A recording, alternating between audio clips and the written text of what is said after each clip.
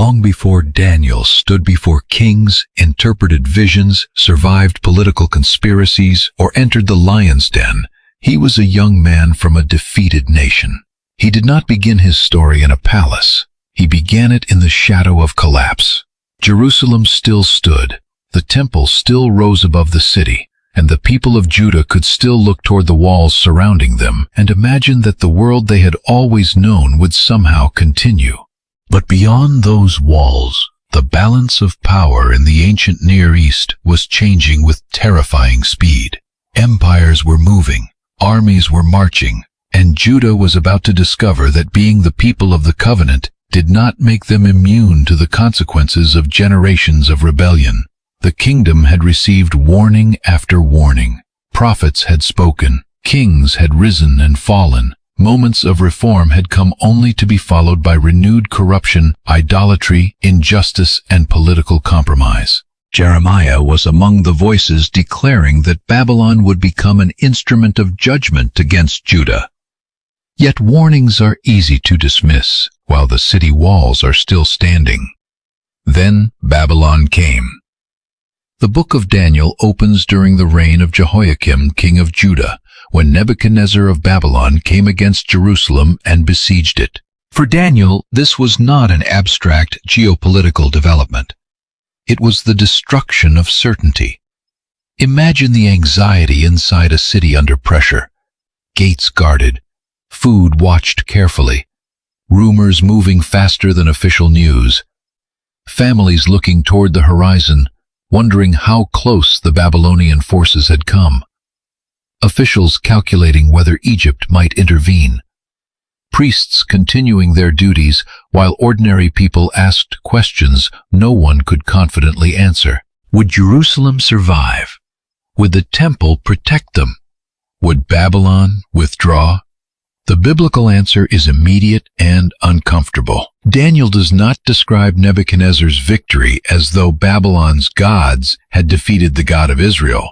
Instead, the text says that the Lord gave Jehoiakim, king of Judah, into Nebuchadnezzar's hand. That sentence establishes one of the most important themes of the entire book. Babylon was powerful, but Babylon was not ultimate. Nebuchadnezzar could command armies, capture cities, remove kings, and carry treasures across hundreds of miles.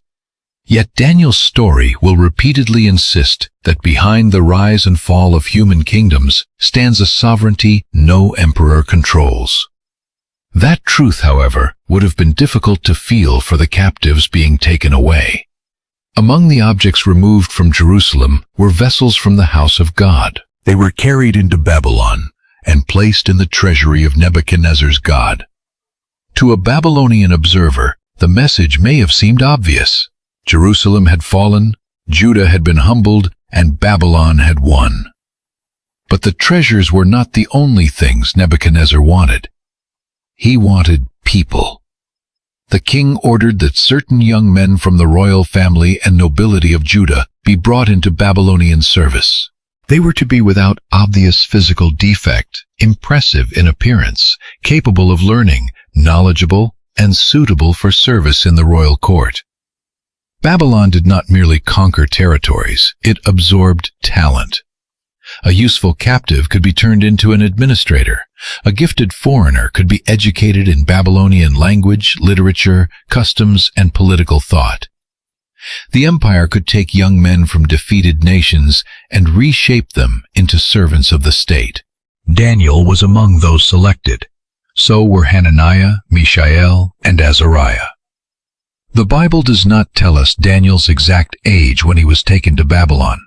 It does not describe his final conversation with his parents. It does not tell us whether he looked back at Jerusalem as he was led away, or whether he understood that his life had changed permanently. We should not pretend to know what Scripture leaves unstated. But we do know what captivity meant. Daniel was removed from his homeland and carried into the center of the empire that had subdued it. The road from Judah to Babylon was not simply a journey between two cities. It was a journey between worlds. Jerusalem centered Israel's worship identity, history, and covenant memory. Babylon represented imperial power on an enormous scale, a city associated with wealth, temples, administration, scholarship, military strength, and the authority of a king whose reach extended over many peoples. Daniel had been raised as part of Judah. Now Babylon intended to educate him as part of Babylon. The king assigned these young men a period of training in the literature and language of the Chaldeans. They would be prepared for royal service and supplied with food and wine from the king's own provisions. On the surface, it was an extraordinary opportunity. Daniel was a captive, yet he was not being sent into anonymous forced labor. He was being trained for the court. He would have access to knowledge, influence, and perhaps eventually power. But opportunity and assimilation can arrive wearing the same clothing. Babylon did not ask Daniel merely to live inside its borders. It began to reshape the markers of his identity. Even his name was changed. Daniel became Belshazzar. Hananiah became Shadrach. Mishael became Meshach. Azariah became Abednego. Their Hebrew names carried connections to the God of Israel. Their new names reflected the world of Babylon. A new city, a new language, a new education, new names, new food, and eventually service under a foreign king. This is where Daniel's story becomes far more challenging than a simple tale about refusing bad food. The question underneath Daniel chapter 1 is not merely what will Daniel eat. The deeper question is, how does a person remain faithful when almost every external structure that once supported his identity has been removed? Daniel no longer had political independence. He no longer lived near the temple in Jerusalem. He no longer lived under a Judean king. He was being educated inside the worldview of his conquerors. And unlike someone who could simply retreat from Babylonian society, Daniel was being trained to participate directly in its government. Faithfulness in exile would therefore require something more difficult than isolation. Daniel would have to learn how to serve inside a pagan empire without allowing that empire to determine the deepest level of who he was. And the first test came at the table. Daniel 1 says that Daniel resolved that he would not defile himself with the king's food or with the wine that the king drank. The text does not explain every detail behind his concern. Readers have proposed different possibilities. Some foods may have conflicted with Israel's dietary laws. The preparation of the food may have created religious concerns. The royal provisions may also have been connected in some way with Babylonian religious practice. But Scripture does not give us enough detail to confidently reduce Daniel's decision to one explanation. What it does emphasize is Daniel's conviction. He had drawn a line. Not every Babylonian practice was treated the same way. Daniel learned the language. He received the education. He answered to the new name given to him. Later he would serve foreign rulers with remarkable competence. Yet here he concluded that accepting the royal provisions would cross a boundary he could not cross. That distinction matters. Daniel's faithfulness was not expressed through rejecting everything foreign merely because it was foreign. It was expressed through knowing where obedience required him to stand firm. And standing firm was dangerous. A royal command was not a casual suggestion. The chief official responsible for Daniel and the others had reason to fear Nebuchadnezzar. When Daniel requested an alternative diet, the official worried that the young men would appear weaker than those eating the king's food. If that happened, the official could be held responsible. Daniel was therefore asking another man to take a risk because of his conviction. The text also says that God had given Daniel favor and compassion in the sight of the chief official. Once again, the language is important. Daniel is living under Babylonian authority, but the story continues to describe God as active even inside Babylon. Judah had lost a battle. Daniel had lost his freedom, but God had not disappeared at the border. Daniel then proposed a limited test. 10 days. Give Daniel and his companions vegetables to eat and water to drink. Afterward, compare their appearance with the young men eating the royal provisions. It was a measured request, not a dramatic rebellion. Daniel did not overturn a table. He did not insult Babylon. He did not present himself as morally superior to everyone around him. He acted with conviction, wisdom, and restraint. The test was accepted. 10 days passed, and when the young men were examined, Daniel and his friends appeared healthy, better in appearance than those eating the king's food. The result meant that their alternative diet could continue, but Daniel chapter 1 does not end with diet. The food test is only the first visible sign of something much larger. God gave the 4 young men knowledge and understanding in literature and wisdom. And Daniel received a particular ability that would shape almost everything that followed: understanding in visions and dreams. At this stage, that gift may have seemed like only one ability among many. Soon, it would become the difference between life and death. When the period of preparation ended, the young men were brought before Nebuchadnezzar. The king examined them himself. Daniel, Hananiah, Mishael, and Azariah stood out from the others and entered the king's service. When Nebuchadnezzar questioned them on matters requiring wisdom and understanding, he found them far beyond the magicians and enchanters in his kingdom. Think about what has happened.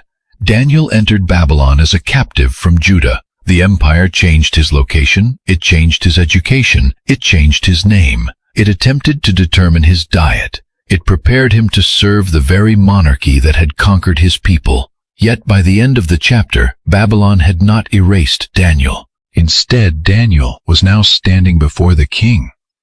This pattern will repeat throughout his life. Daniel will not escape the empire. He will move deeper into it. He will enter rooms where decisions affecting nations are made. He will speak before rulers who possess the power to promote him or kill him. He will watch kings praise God one moment and exalt themselves the next. He will survive regime change. He will become the target of political enemies. And decades after arriving as a captive, his habit of prayer will still reveal where his deepest loyalty lies. But none of that is visible yet. For now, the young exile has passed his first test. The walls of Jerusalem could not protect him. His royal or noble background could not protect him. His intelligence could not guarantee his future. Even the favor he received at court existed under a king whose word could become deadly without warning. And Nebuchadnezzar was about to issue exactly that kind of command. Something disturbed the king. A dream. Not an ordinary dream that disappeared with the morning, but one that unsettled the ruler of Babylon deeply enough to summon the men who claimed access to hidden wisdom. Nebuchadnezzar would demand an answer. But he would not make the task easy. He would not simply describe what he had seen and ask for an interpretation. He would demand that his wise men reveal the dream itself. Failure would carry a terrible price. And suddenly Daniel's ability to understand visions and dreams would no longer be an interesting gift possessed by a promising young court servant. It would become a matter of survival.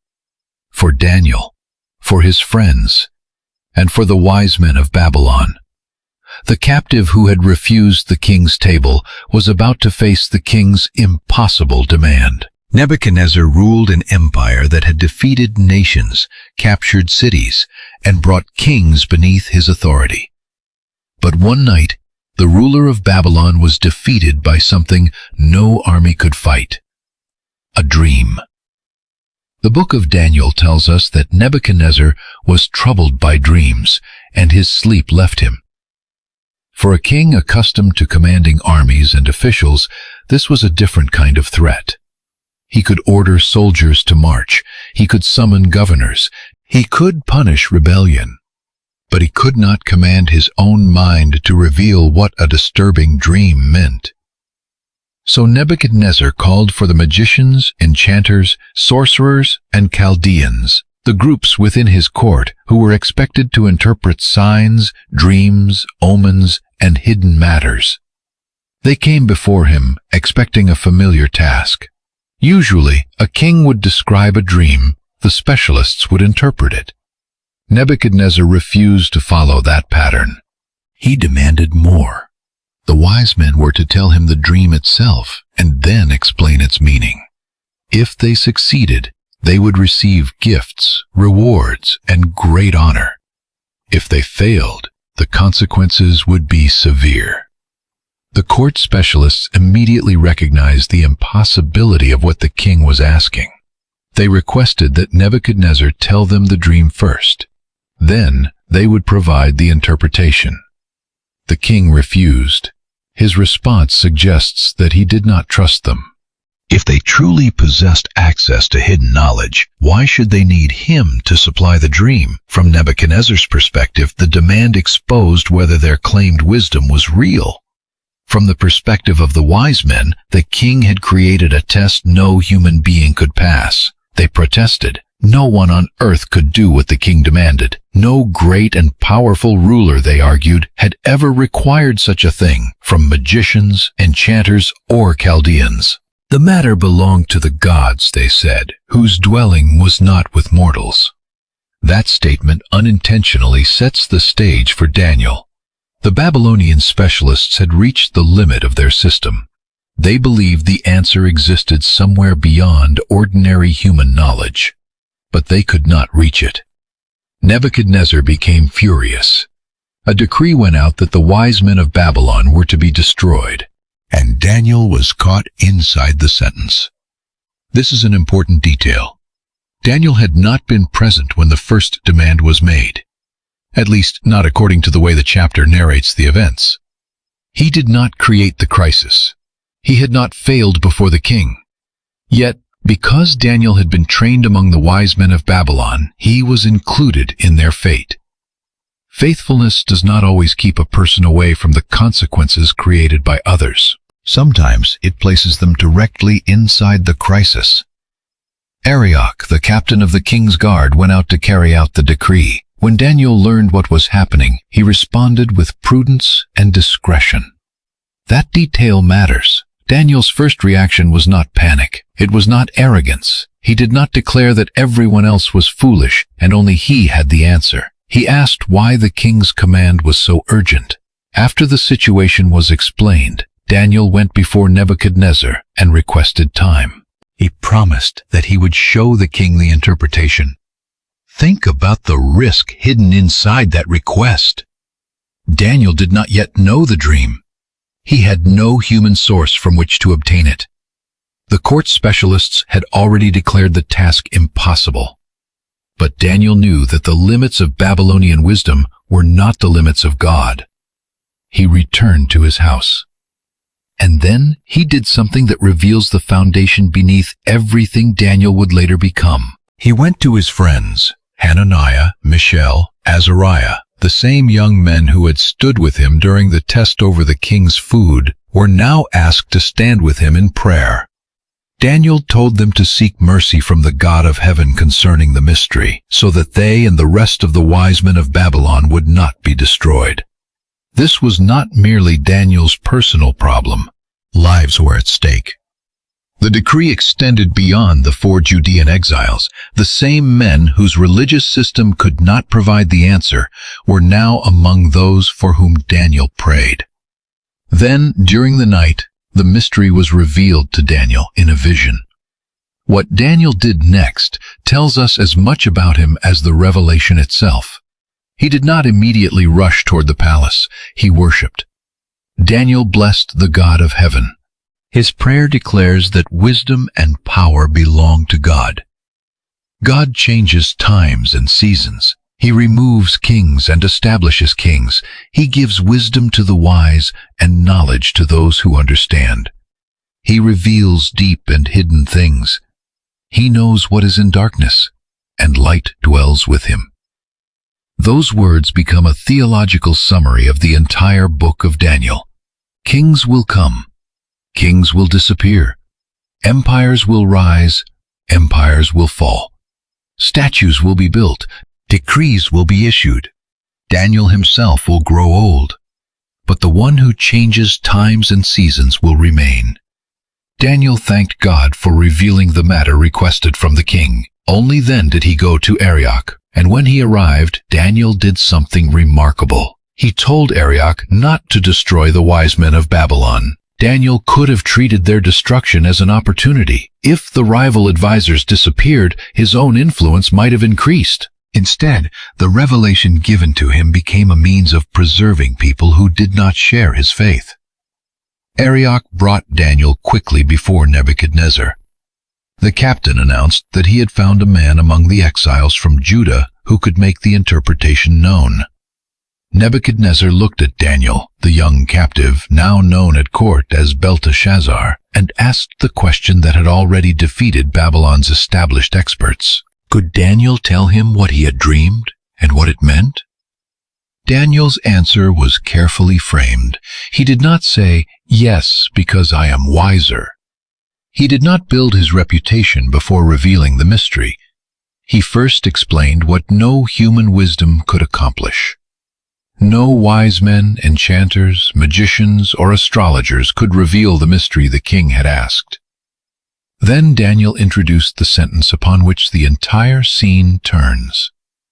There is a God in heaven who reveals mysteries. Daniel redirected attention away from himself. He was the messenger. The revelation was not his achievement. Daniel told Nebuchadnezzar that the dream concerned what would take place in days to come. He also clarified that the mystery had not been revealed because Daniel possessed greater wisdom than every other living person. It had been revealed so that the king might understand the dream and the thoughts of his mind. Then Daniel described what Nebuchadnezzar had seen. The king had looked and seen an enormous statue. It stood before him great and terrifying in appearance. Its head was made of fine gold. Its chest and arms were silver. Its belly and thighs were bronze. Its legs were iron. Its feet were partly iron and partly clay. The image was magnificent. It also became progressively divided. Then the dream changed. Nebuchadnezzar saw a stone cut out without human hands. The stone struck the statue on its feet of iron and clay, and the entire structure collapsed.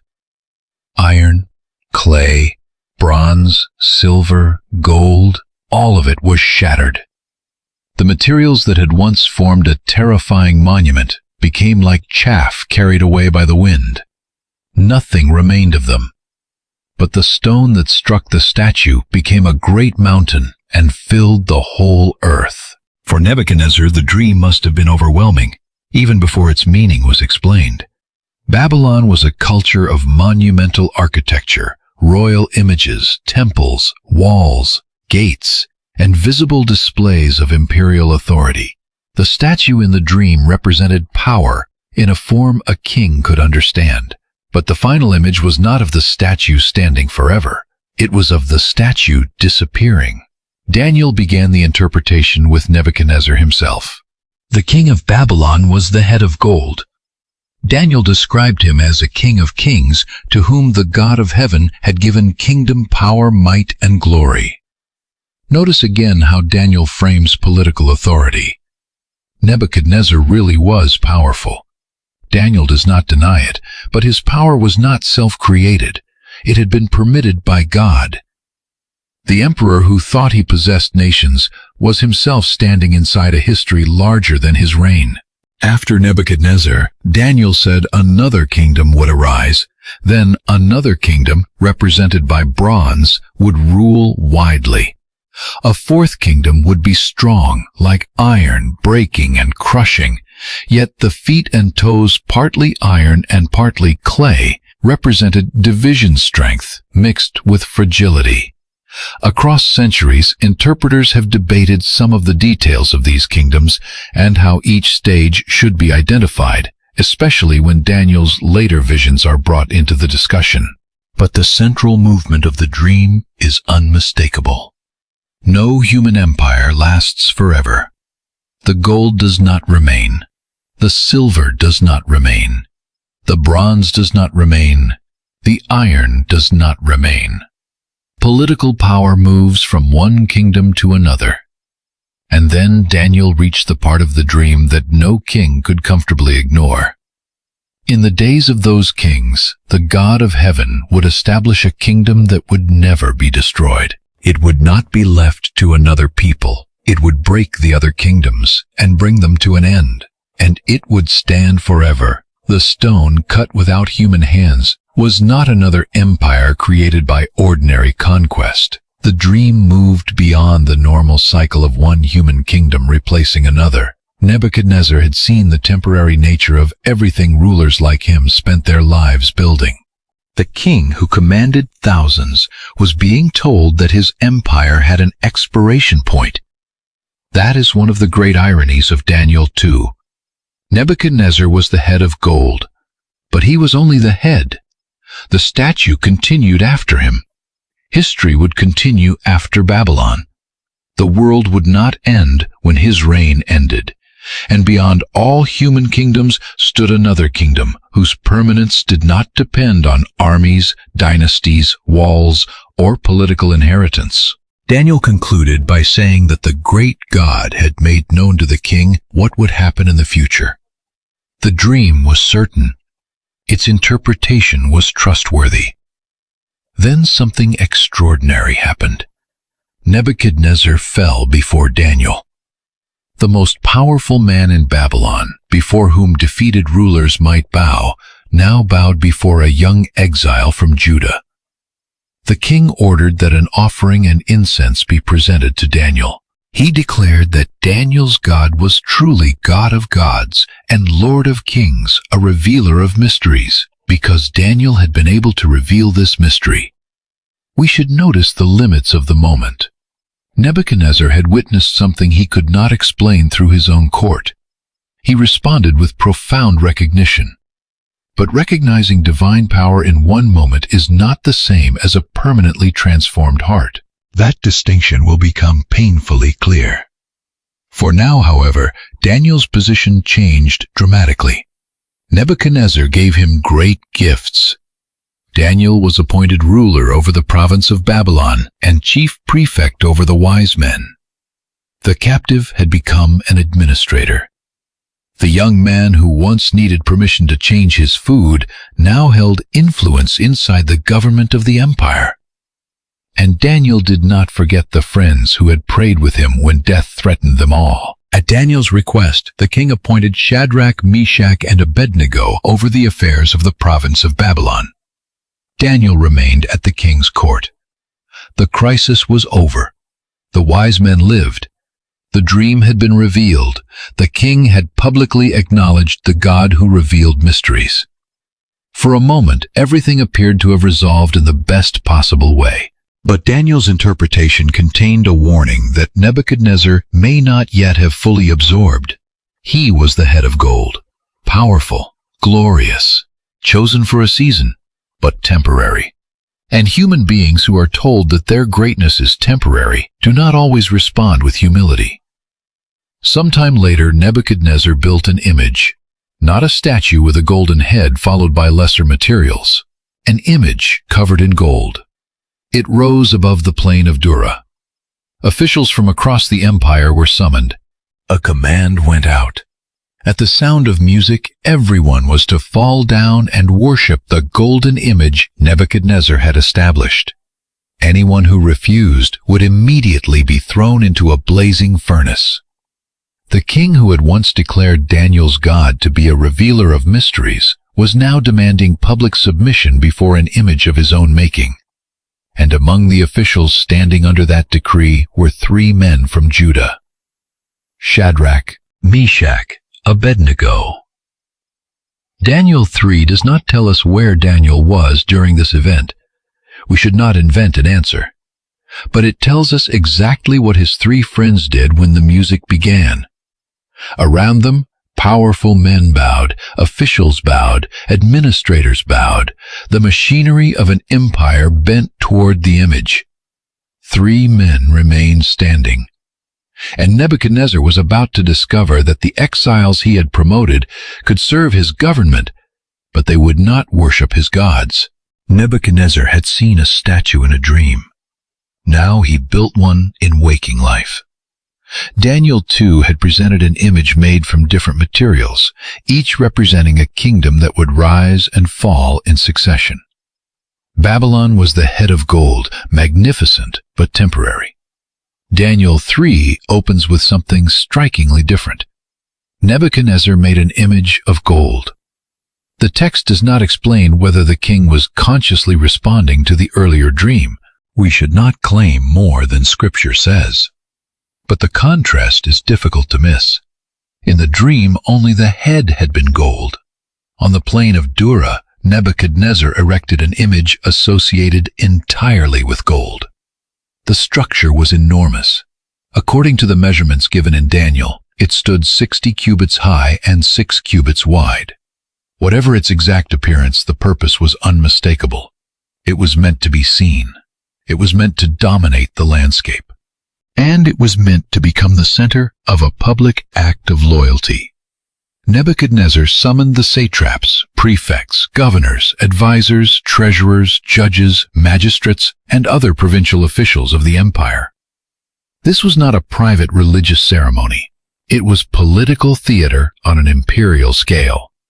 The administrators responsible for keeping Babylon's vast territories functioning were ordered to assemble before the image the king had established. Among them were men from conquered peoples, men whose native languages differed, men whose gods differed, men whose cultures differed. But before the image Nebuchadnezzar expected unity. Then the herald announced the command. People of every nation and language were told that when they heard the sound of the horn, flute, zither, lyre, harp, pipes, and other instruments, they were to fall down and worship the golden image, and the penalty for refusal was immediate. Anyone who did not fall down and worship would be thrown into a blazing furnace. The command reduced a complicated empire to one simple public question. When the music begins, will you bow? For many officials, the answer may not have required serious reflection. A gesture could preserve a career. A few seconds on the ground could preserve a life. Even those who did not privately believe the image possessed divine power could have reasoned that outward conformity was harmless. Nebuchadnezzar was not asking what they believed in the privacy of their homes. He was asking what they would do in public. And that is precisely why the moment mattered. The music sounded. Across the plain, officials from many nations fell to the ground, thousands of bodies obeying one command, a visible demonstration that the king could make an empire move together. But 3 men did not bow: Shadrach, Meshach, Abednego. Their Hebrew names had been Hananiah, Mishael, and Azariah. They had been taken from Judah with Daniel. They had been trained in Babylon. They had survived the test over the royal food. They had prayed with Daniel when Nebuchadnezzar's decree threatened the wise men with death, and, after Daniel revealed the king's dream, they had been appointed to positions of responsibility in the province of Babylon. They were not outsiders hiding from the imperial system. They were officials within it. That made their refusal impossible to ignore. Certain Chaldeans came forward and accused them. The accusation was carefully framed. They reminded Nebuchadnezzar of his own decree. They reminded him that anyone who refused to worship the image was to be thrown into the furnace. Then they named the offenders. The 3 Jewish officials the king himself had appointed over Babylonian affairs. The accusation carried more than a charge of religious difference. It implied ingratitude. These men had received position from the king, yet they would not obey his command. They did not serve his gods. They would not worship the golden image he had established. Nebuchadnezzar became furious. This reaction appears repeatedly in Daniel's portrayal of him. The king could be impressed by wisdom one moment and consumed by rage the next. His authority was enormous, but his emotions could become dangerous. Shadrach, Meshach, and Abednego were brought before him. Nebuchadnezzar did something interesting. He gave them another opportunity. Perhaps he could not believe they had deliberately defied him. He asked whether it was true that they would not serve his gods or worship the golden image. Then he repeated the command. When the music sounded, if they bowed, everything could still be resolved. No punishment, no furnace, no further conflict. One movement of the body could end the crisis. Then Nebuchadnezzar added a challenge. If they refused, they would be thrown immediately into the blazing furnace. And then he asked, "What God will be able to rescue you from my hand?" That question transformed the confrontation. The issue was no longer only whether 3 officials would obey a royal command. Nebuchadnezzar had now placed his own power against the possibility of divine deliverance. He had watched Daniel reveal a dream no wise man could know. He had declared Daniel's God to be a God of gods and Lord of kings. Yet here, confronted by public disobedience, the king spoke as though his own authority had no rival. Shadrach, Meshach, and Abednego answered.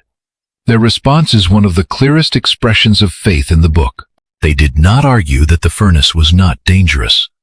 They did not claim that faithful people never suffer. They did not insist that God was obligated to rescue them. They said that the God they served was able to deliver them from the furnace and from the king's hand. But then they added the words that reveal the depth of their commitment. Even if he does not, even if deliverance does not come in the form they hope, even if obedience costs them everything, they still will not serve Nebuchadnezzar's gods. They still will not worship the golden image. This is faith without negotiation. Their loyalty is not dependent on survival. That is what makes the scene so powerful. If they had said, "We know God will save us," their courage could be misunderstood as confidence in a guaranteed outcome. Instead, they confessed both God's power and their own submission to whatever happened next. God could rescue them, but whether he did or not would not change whom they worshipped. Nebuchadnezzar's rage intensified. The text says that the expression on his face changed toward them. He ordered the furnace heated 7 times hotter than usual. The phrase emphasizes the extremity of the king's anger, rather than giving us a technical measurement of temperature. The fire was made so intense that the soldiers assigned to carry the 3 men toward it were killed by the flames. Shadrach, Meshach, and Abednego were bound in their clothing. They were thrown into the furnace. For a moment, the king's command appeared final. He had issued the decree. They had refused. He possessed the furnace. The sentence had been carried out. From a human perspective, the argument was over. Then Nebuchadnezzar stood up in astonishment. Something inside the fire was wrong. He turned to his advisors. Had they not thrown 3 men into the furnace? Yes, 3, bound. Then why, the king asked, could he see 4 men walking around in the fire? They were unbound, they were unharmed, and the 4th had an appearance the king described in extraordinary terms. Translations render his words in different ways, often as a son of the gods, or language similar to the son of God, depending on how the Aramaic phrase is handled. The safest approach is to remain close to what the text itself gives us. Nebuchadnezzar saw a mysterious 4th figure in the flames and interpreted the sight through the language available to him. Later in the chapter, he speaks of God sending an angel to rescue the 3 men. The text does not require us to claim more than that. What matters in the scene is clear. The furnace contained more people walking than Nebuchadnezzar had thrown into it. The ropes were gone. The men were alive. The king, who had asked what God could rescue them from his hand, now approached the opening of the furnace and called them out. His language changed. "Shadrach, Meshach, Abednego! Servants of the Most High God, come out! Come here!" The same king who had ordered their execution now had to invite them back from the place where his authority was supposed to end their lives. The 3 men came out of the fire. Officials gathered around them.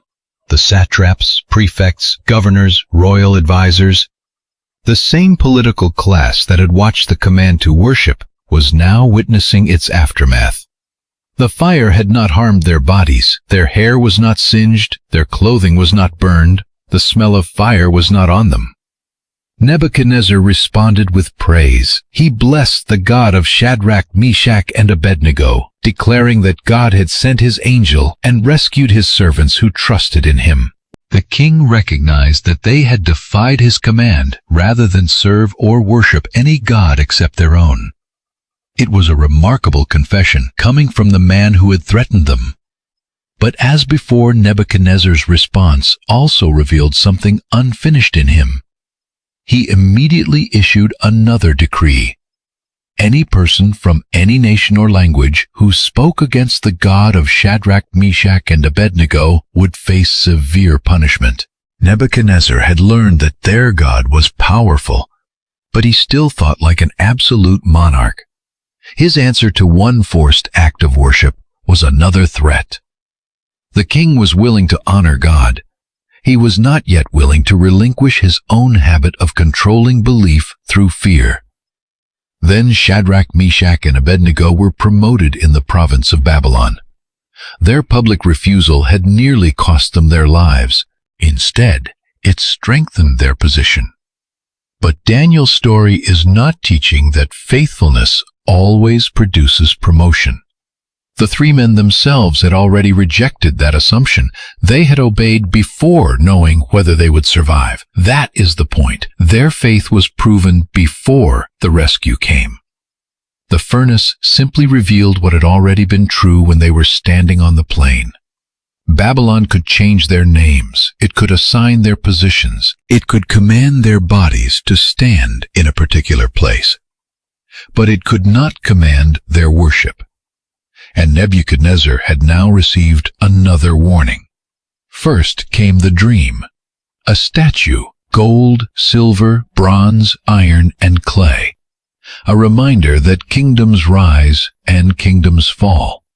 Then came the furnace, a reminder that royal power reaches a boundary beyond which it cannot force the conscience of faithful servants. Nebuchadnezzar had seen wisdom he could not reproduce. He had seen men survive a fire meant to destroy them. He had confessed God's greatness more than once. But the greatest confrontation in Nebuchadnezzar's life had not yet happened.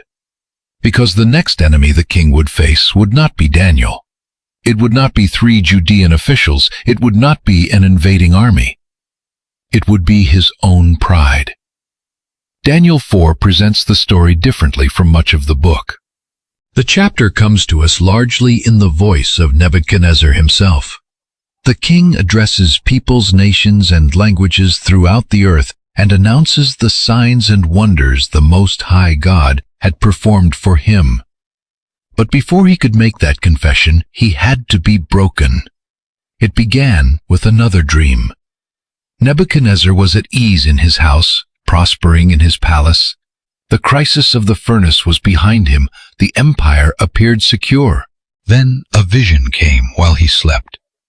This time he saw a tree. It stood in the middle of the earth. It grew enormous and strong. Its top reached toward heaven. It could be seen from the ends of the earth. Its leaves were beautiful. Its fruit was abundant. Animals found shade beneath it. Birds lived in its branches. Living creatures were fed by it.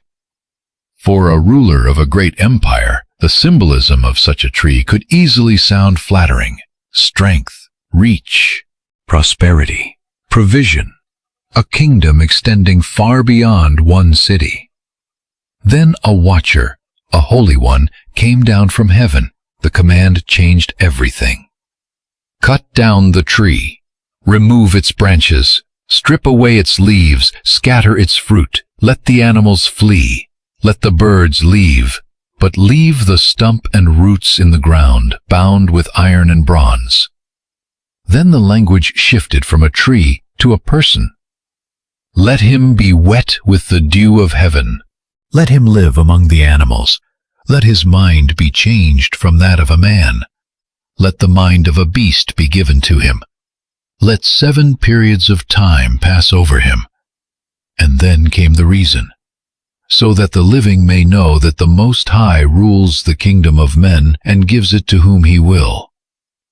The dream disturbed Nebuchadnezzar. Again, the king who had access to Babylon's wise men could not find peace in Babylon's wisdom. He summoned the interpreters. Again, they could not explain what he had seen. Then Daniel entered. Nebuchadnezzar called him Belshazzar and acknowledged that an extraordinary spirit was in him. The king described the dream. Daniel listened, and unlike the first great dream, the problem was no longer identifying a succession of kingdoms. This one pointed directly at the man sitting on the throne. Daniel was troubled. For a time he said nothing. The king had to encourage him not to let the dream or its interpretation alarm him. Daniel's response reveals that his relationship with Nebuchadnezzar had become more complicated than simple hostility toward an oppressor. Daniel did not delight in the judgment he was about to announce. He wished the dream applied to the king's enemies instead. Then he spoke. The great tree was Nebuchadnezzar. The king had grown strong. His greatness had increased. His dominion had extended widely. But the command from heaven meant that he would be driven away from people. He would live with the animals. He would eat grass like cattle. He would be wet with the dew. And the period would continue until he learned one central truth. The Most High rules over human kingdoms and gives them to whomever he chooses. The stump left in the ground meant that Nebuchadnezzar's kingdom would be restored after he acknowledged that heaven rules. Daniel did not stop with interpretation. He pleaded with the king. Break away from sin by doing what is right. Show mercy to the oppressed. Perhaps prosperity might be prolonged. It was not merely prediction, it was warning. Nebuchadnezzar had been given time. He had seen the image of temporary kingdoms. He had seen the furnace fail to consume faithful men. Now he was being told directly that pride could bring him down. 12 months passed. The palace still stood. Babylon still looked magnificent. Nothing visible seemed to have changed. And that may have been the most dangerous part of the warning. Judgment delayed can look like judgment canceled. One day Nebuchadnezzar was walking on the roof of the royal palace. He looked over Babylon. The city was a visible monument to imperial power. And the king spoke. Was this not great Babylon which he had built by his mighty power, as a royal residence and for the glory of his majesty? The words were still in his mouth when the answer came from heaven. The kingdom was being taken from him. The dream was no longer a warning, it had become his reality. The man who had ruled other men was about to lose command even over himself. And the king who once looked across Babylon and saw proof of his greatness would soon be living beneath the open sky, learning a truth Daniel had been declaring since the beginning. Kings may rule kingdoms, but they do not own history. Nebuchadnezzar had conquered cities. He had humbled kings. He had built monuments that announced Babylon's strength to everyone who entered its gates. But when the judgment Daniel had warned about arrived, none of that power could protect him. The voice from heaven declared that the kingdom had departed from him, and Daniel 4 says the word was fulfilled immediately. Nebuchadnezzar was driven away from people. He ate grass like cattle. His body was wet with the dew of heaven. His hair grew long. His nails became like claws. The ruler who had stood above armies was reduced to a condition in which even his own dignity seemed to disappear. The text gives us the theological meaning more clearly than it gives us a medical description. This was not included simply to shock the reader. Nebuchadnezzar had spent years learning that God could reveal what he could not know. He had watched a furnace fail to destroy men who refused to worship his image. He had received a direct warning that pride would bring him down. Now the lesson reached the place he could no longer avoid. His throne could be taken, his reason could be taken, his reputation could be taken. Even the identity he had built around greatness could be stripped away. The empire remained, but the emperor was broken. Daniel tells us that this condition continued until the appointed period had passed. Then something changed. Nebuchadnezzar lifted his eyes toward heaven. The movement is simple. Its meaning is enormous. The king who had once looked across Babylon and praised his own greatness now looked upward. His reason returned, and the first recorded result was worship. He blessed the Most High.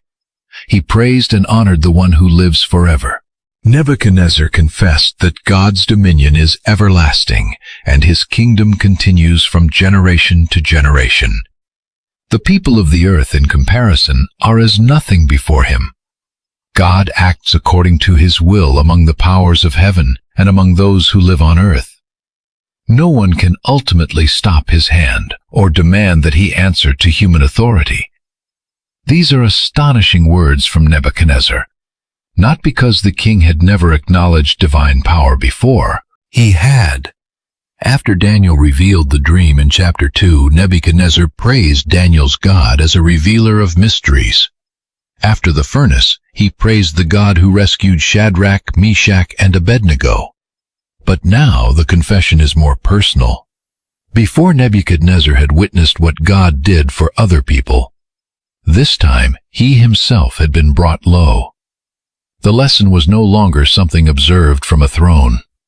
It had happened to the man sitting on the throne. Then his sanity was restored. His honor and splendor returned. His advisors and nobles sought him out again. He was restored to his kingdom, and Daniel says that even greater majesty was added to him. The story did not end with Nebuchadnezzar destroyed. It ended with Nebuchadnezzar humbled and restored. That distinction matters. Judgment in Daniel 4 had a purpose. The king had to learn what his pride refused to accept. He ruled because he had been allowed to rule. He possessed authority, but he was not the source of authority itself. Nebuchadnezzar closes the chapter praising and honoring the King of Heaven, whose works are true and whose ways are just. Then he gives a final warning that sounds almost like a summary of his own life. God is able to humble those who walk in pride. For a moment, it may seem that Babylon has finally learned the lesson. But empires do not inherit wisdom automatically. One generation can be humbled without the next generation remembering why. And Daniel's story moves from one ruler who learned humility through suffering to another ruler who treated the sacred things of Jerusalem as entertainment. Years had passed. The Babylon Daniel first entered as a young exile was no longer the same political world. Nebuchadnezzar's reign had ended. Other rulers had come. Daniel had grown older. The young man selected for royal training had become a veteran of court life. He had already watched power change hands inside the empire. And then the book of Daniel introduces Belshazzar. Belshazzar held a great feast for 1,000 of his nobles. The atmosphere could not have been more different from the broken humility that ended Nebuchadnezzar's story. This was a night of display. Wine flowed, the elite of Babylon gathered, the palace was filled with celebration. But the city outside the banquet hall was not as secure as the feast suggested. By this stage, the political situation around Babylon had become dangerous. The Medo-Persian power associated with Cyrus had risen. The old Babylonian confidence was approaching its end. Daniel 5, however, keeps the camera inside the feast. Belshazzar drank with his nobles, and while under the influence of wine, he gave an order that turned celebration into desecration. He commanded that the gold and silver vessels taken from the temple in Jerusalem be brought into the banquet. These were the same kinds of sacred objects that Daniel 1 had mentioned at the beginning of the story. When Daniel first entered Babylon, the temple vessels had been carried away as trophies of conquest. Now, years later, they reappeared. Belshazzar used them for drinking. The king, his nobles, his wives, his concubines, they drank from vessels associated with the worship of the God of Israel. And as they drank, they praised gods of gold, silver, bronze, iron, wood, and stone. The symbolism is almost impossible to miss. Objects taken from the temple were being used to celebrate idols. What had once represented Babylon's victory over Jerusalem was now being turned into part of a royal party. Then the room changed. Suddenly the fingers of a human hand appeared. They began writing on the plaster of the palace wall. The king saw the hand as it wrote. The man presiding over the feast went pale. His thoughts terrified him, his legs weakened, his knees struck together. Moments earlier, Belshazzar had been surrounded by music, wine nobles, and symbols of royal confidence. Now a few words on a wall were enough to dismantle the atmosphere of the entire banquet. Again, Babylon turned to its experts. The king called loudly for the enchanters, Chaldeans, and astrologers. He promised great reward to anyone who could read the writing and explain its meaning. The successful interpreter would be clothed in purple. A gold chain would be placed around his neck, and he would become the third ruler in the kingdom. The promise tells us something about Belshazzar's desperation. He was willing to elevate anyone who could make sense of the message, but no one could. The wise men entered, they looked at the writing, they failed. They could neither read it with understanding nor explain what it meant. Belshazzar became even more frightened. The nobles were confused. A feast designed to display royal control had become a scene of helplessness. Then a woman identified in a text as the queen or queen mother entered because she had heard the voices of the king and his nobles. She remembered someone, a man who had served during Nebuchadnezzar's reign, a man in whom extraordinary insight had once been found, a man associated with understanding dreams, solving riddles, and explaining difficult matters. Daniel. Notice what this tells us about the passing of time. Daniel had once been so central to Nebuchadnezzar's court that the king placed him over the wise men. Now Belshazzar apparently needed to be told who Daniel was. That is how human courts work. One ruler's indispensable advisor becomes another ruler's forgotten servant. Reputation fades. Generations change. Institutions forget. But Daniel was still there. He was brought before the king. Belshazzar asked whether he was Daniel, one of the exiles from Judah, whom the king's predecessor had brought from Jerusalem. The description is revealing. Daniel had spent decades in Babylon. He had held high office. He had interpreted royal dreams. Yet Belshazzar still identified him through the language of exile. The empire could give Daniel rank. It could give him an official name. But the story continued to remember where he came from. Belshazzar explained the problem. He had heard that Daniel possessed insight and could solve difficult mysteries. If Daniel could read the writing and explain it, the king promised him the royal rewards.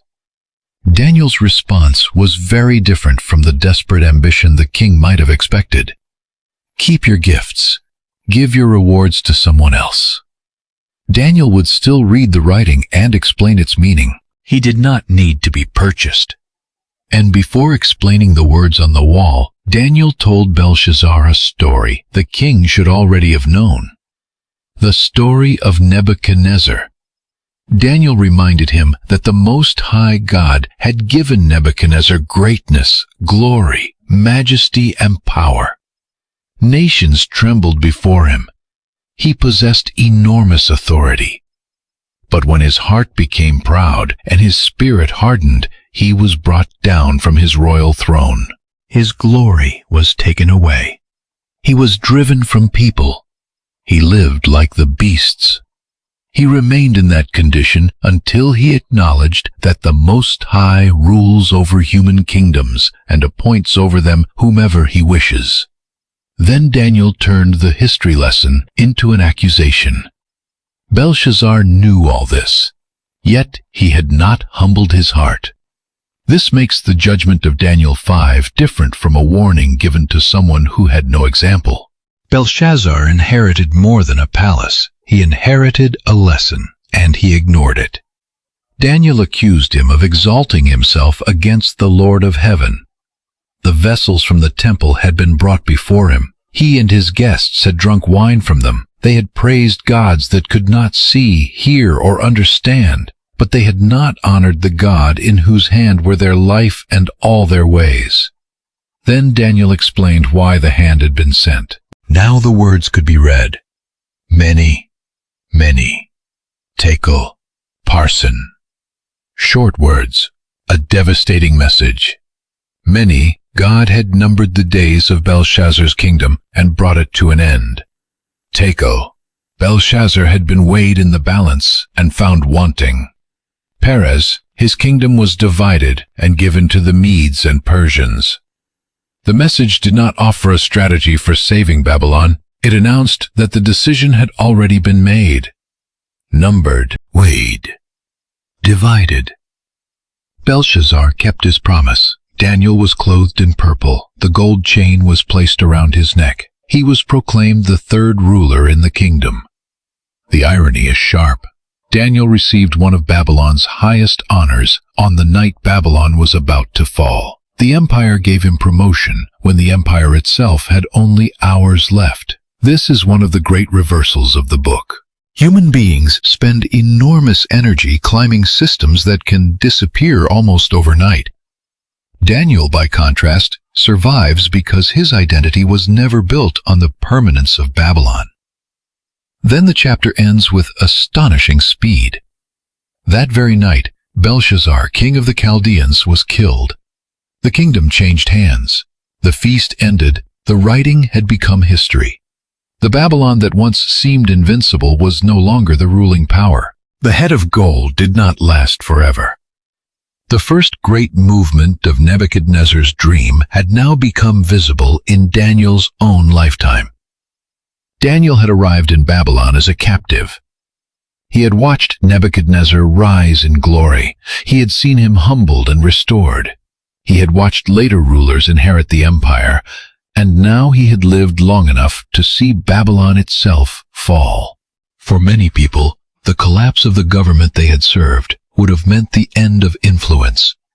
A new empire brings new officials, new loyalties, new suspicions. The administrators of the previous regime can quickly become liabilities. Daniel had been deeply connected to the Babylonian court. Why would the new rulers trust him?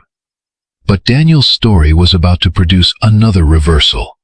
The empire changed. Daniel remained. A new ruler would examine the administrators of the kingdom. Daniel would distinguish himself once again, and his excellence would make him powerful. But power attracts attention. Attention attracts envy, and Daniel's enemies would discover something frustrating. They could find no corruption, no negligence, no obvious scandal. So they would search for a weakness somewhere else. They would study the one habit Daniel had carried from Judah through decades of exile, royal service, regime change, and political pressure: his prayer. And this time, instead of attacking Daniel's competence, they would make his faithfulness itself a crime. Babylon had fallen. The handwriting on the wall had become history. Belshazzar was dead, and Daniel had survived another collapse of power. For most officials, a regime change of this scale would have created uncertainty. A new government means new loyalties, new administrators, new suspicions. Those who had served the old order could suddenly become dangerous reminders of the past. But Daniel's usefulness did not disappear with Babylon. Under the new administration, he distinguished himself again. Daniel 6 describes a system of officials appointed over the kingdom, including high administrators placed above the satraps. Daniel was among the leading officials. And before long, he began to stand above the others. The text says that Daniel distinguished himself because an extraordinary spirit was in him. and the king considered setting him over the entire kingdom. This is one of the remarkable patterns of Daniel's life. He never appears to build influence by chasing power, yet power repeatedly finds him. As a young captive, he had been selected for royal training. After interpreting Nebuchadnezzar's dream, he had been elevated. He survived the shifting politics of Babylon. Now, under a new regime, he was again being trusted with enormous responsibility. Daniel's life had stretched across decades. The young exile of chapter 1 was now an experienced statesman, but time had not erased the qualities that made him different: competence, integrity, wisdom, reliability, and loyalty to God. Those qualities made Daniel valuable to the king. They also made him dangerous to his rivals. The other administrators and satraps began searching for a reason to accuse him concerning his work for the kingdom. This was politics at its most calculated. If Daniel was going to be promoted above them, they needed something they could use. Perhaps corruption, perhaps negligence, perhaps misuse of authority, perhaps a financial irregularity, perhaps some hidden failure that could be turned into a scandal. They searched and found nothing. Daniel was faithful. No error, no corruption, no negligence serious enough to weaponize. The men trying to destroy him encountered a problem few conspirators expect. His public life gave them almost nothing. So they changed strategies. If they could not make Daniel's failure into a crime, they would make his faithfulness into one. They concluded that they would never find grounds for accusation against Daniel unless it had something to do with the law of his God. That sentence tells us something extraordinary about Daniel's reputation. His enemies knew what he would not compromise. They knew that his relationship with God was predictable. They knew they could design a trap around his obedience because Daniel's habits had become visible over years. This was not a man who suddenly discovered faith when danger appeared. His enemies could count on him being faithful. That became the weakness they intended to exploit. The conspirators approached the king. They presented their proposal as though all the leading officials had agreed. For 30 days, no one in the kingdom should make a petition to any god or human being except the king. Anyone who violated the decree would be thrown into a den of lions. The proposal was wrapped in royal flattery. 30 days of exclusive petitions. 30 days during which the king would become the central point of appeal. Whether the decree functioned primarily as religious devotion, political loyalty, or a combination of both, the trap was clear. Daniel prayed to God. They knew it. If the decree became law, Daniel would eventually have to choose, change his practice, or become a criminal. The king signed the document. Under the legal framework presented in the story, the decree could not simply be treated as a casual order to be withdrawn once signed. The trap was set, and then Daniel heard about it. This is the moment when many retellings rush immediately toward the lions. But what Daniel does before the lions is more important than the lions themselves. He went home. His upstairs room had windows opening toward Jerusalem.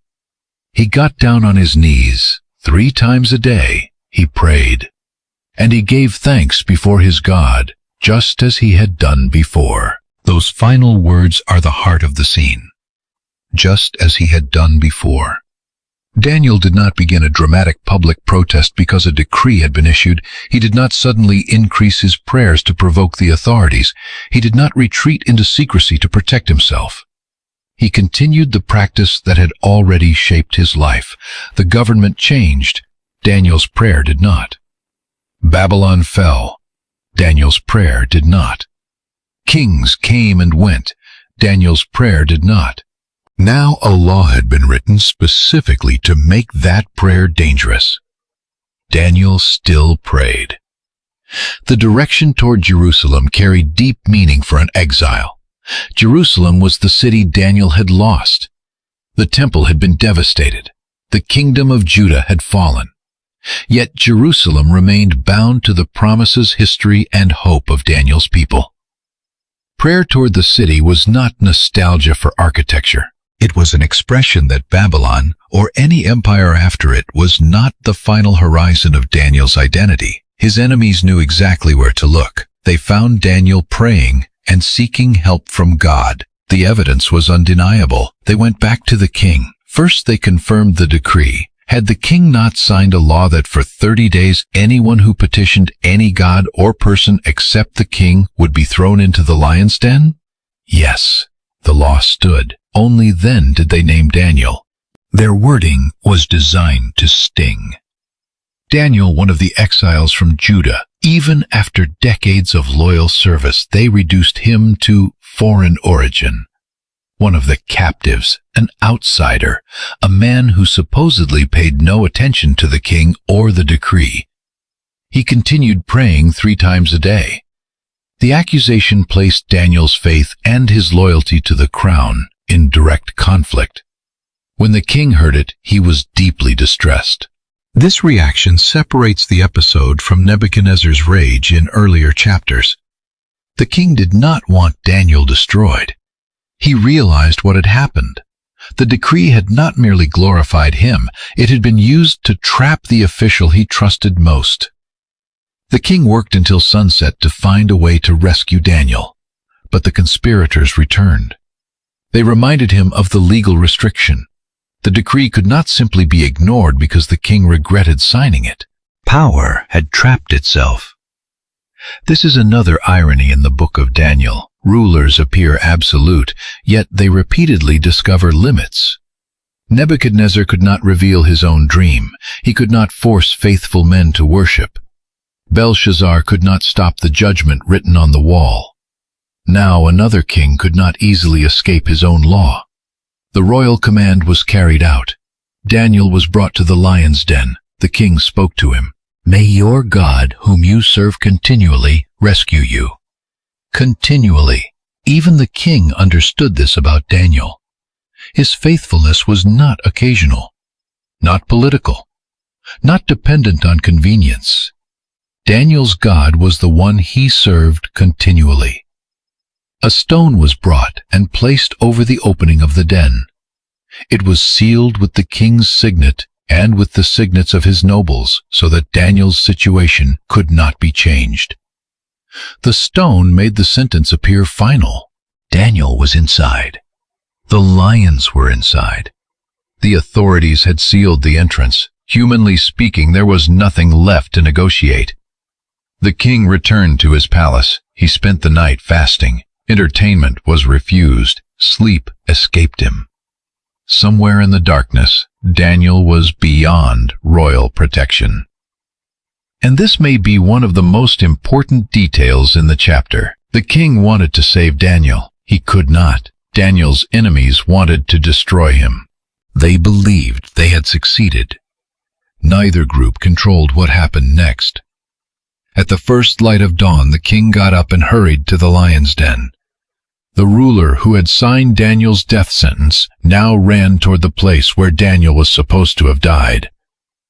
As he approached, he called out in anguish, "Daniel, servant of the living God, has your God whom you serve continually been able to rescue you from the lions?"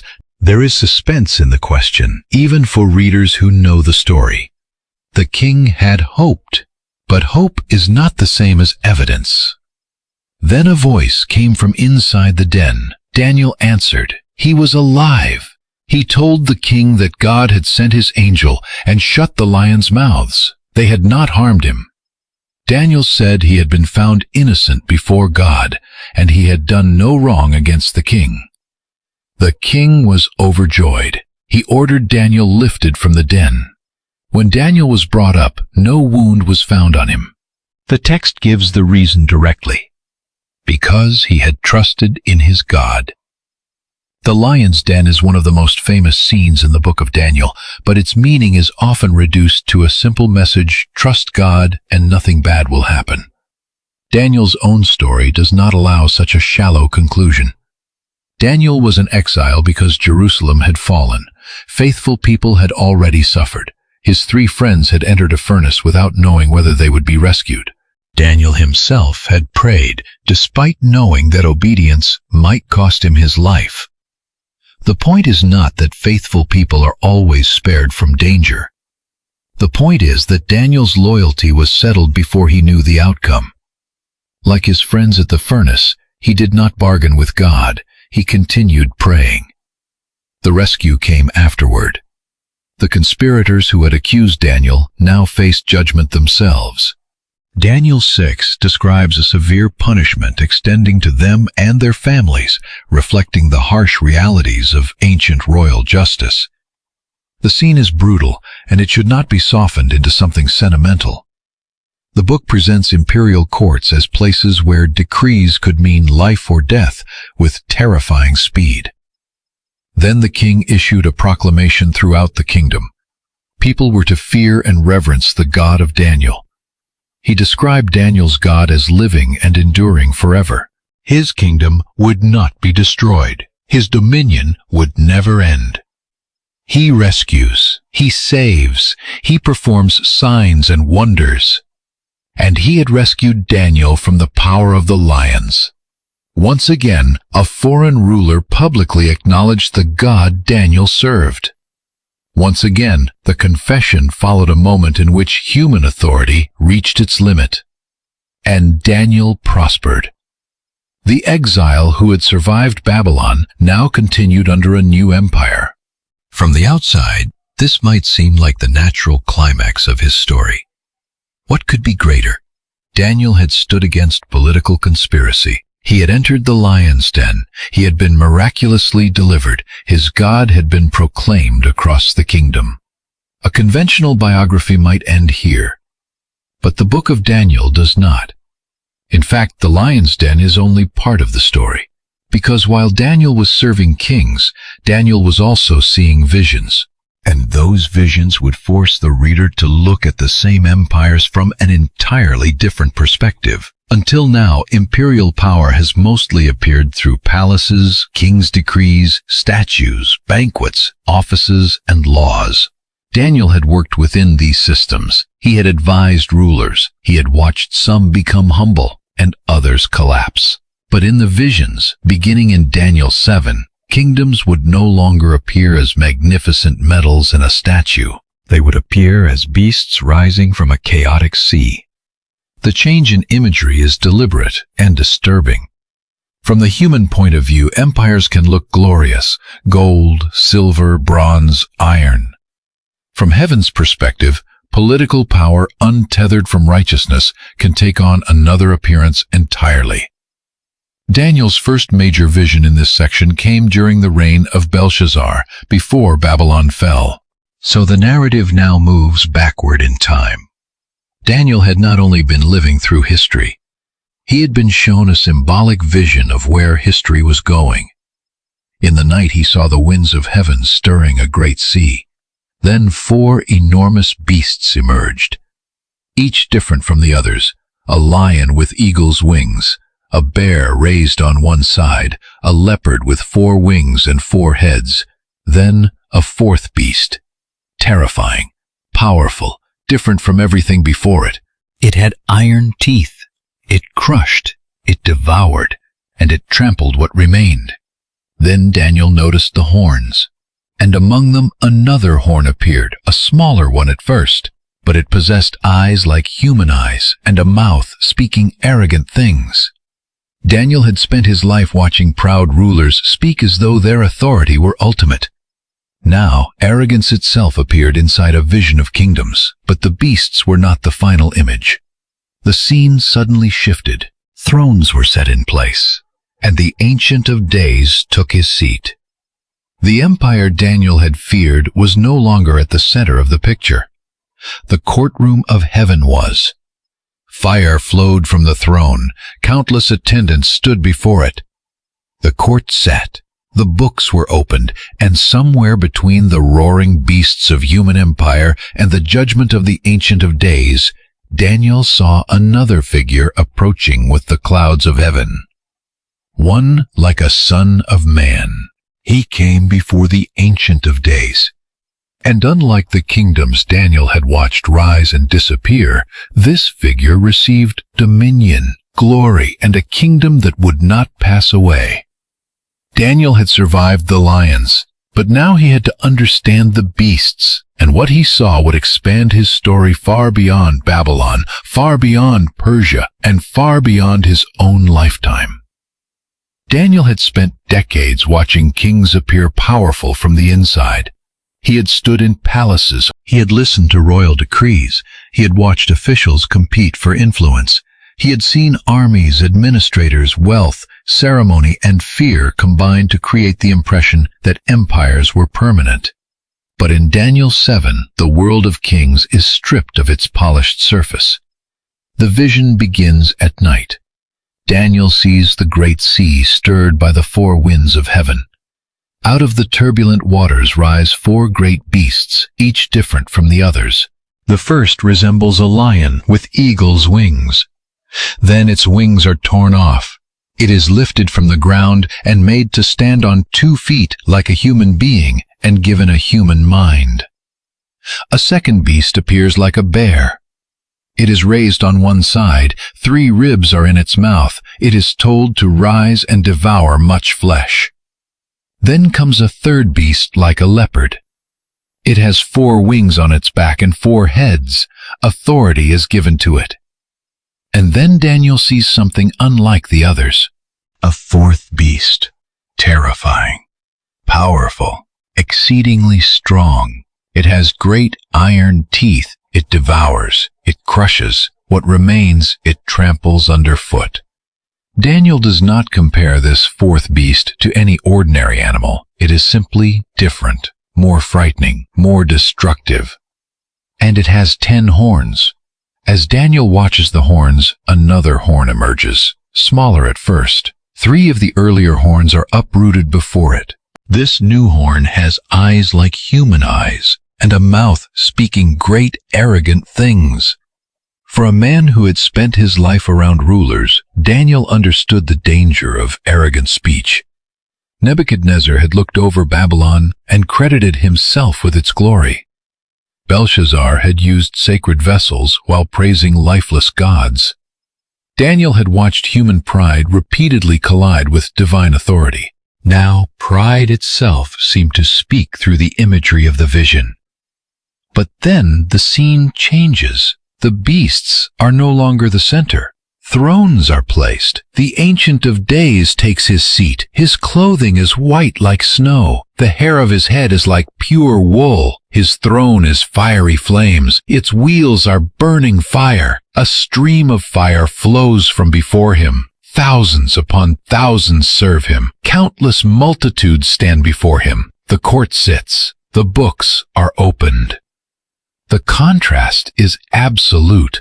On earth, beasts rise from chaos. In heaven, judgment is ordered. On earth, rulers boast. In heaven, the court does not panic. The Ancient of Days does not struggle for control. He is already seated. Daniel continues watching because of the arrogant words spoken by the horn. Then judgment falls. The beast is killed. Its body is destroyed. The authority of the other beasts is removed, though they are allowed to continue for a period. And then Daniel sees one of the most significant images in the entire book. Someone comes with the clouds of heaven. He is described as one like a son of man. He approaches the Ancient of Days. He is presented before him, and he is given dominion, glory, a kingdom. All peoples, nations, and languages serve him. His dominion is everlasting. It will not pass away. His kingdom will not be destroyed. The movement should sound familiar. Daniel 2 had already presented kingdoms that rise one after another.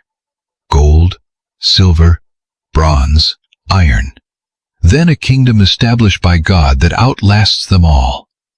Daniel 7 presents a similar pattern through very different imagery. Human empires are no longer shining metals. They are beasts. The final kingdom is not another beast. It is associated with the one like a son of man, and with the saints of the Most High. The vision does not invite Daniel to admire the machinery of empire. It reveals its temporary character.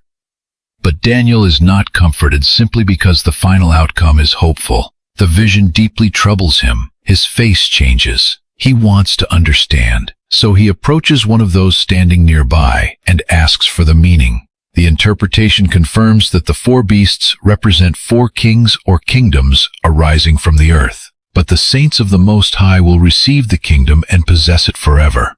That statement should resolve the matter. Instead, Daniel becomes especially concerned about the fourth beast.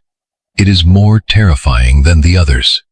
Its teeth are iron, its claws are bronze. It crushes and devours.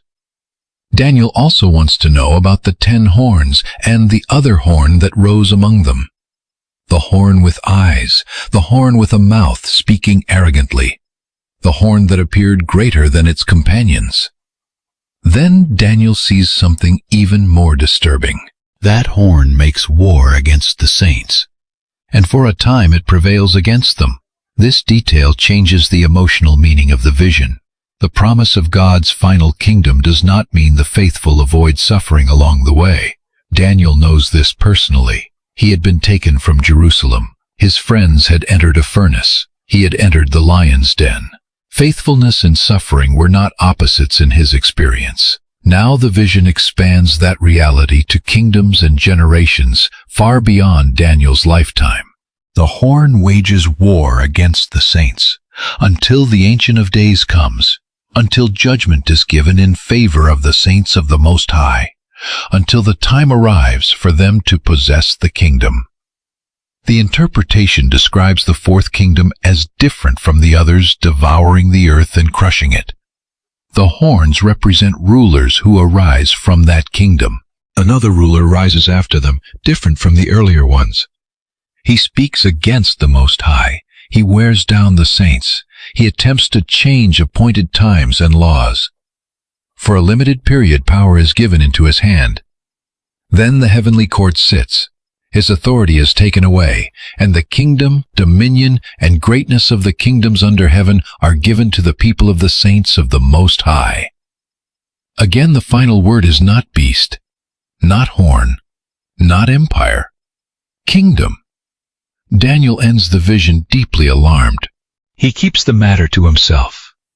This is important for how we read the prophetic sections of his book.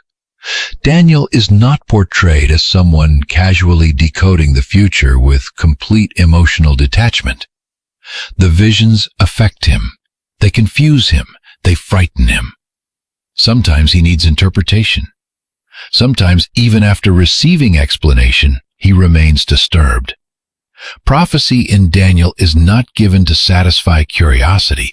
It confronts him with the scale of history and the suffering that can exist before final restoration. And the book does not stop with the four beasts. During the reign of Belshazzar, before Babylon fell, Daniel received another vision. This time, he saw himself at Susa, in the province of Elam, beside the Ulai Canal. Before him stood a ram.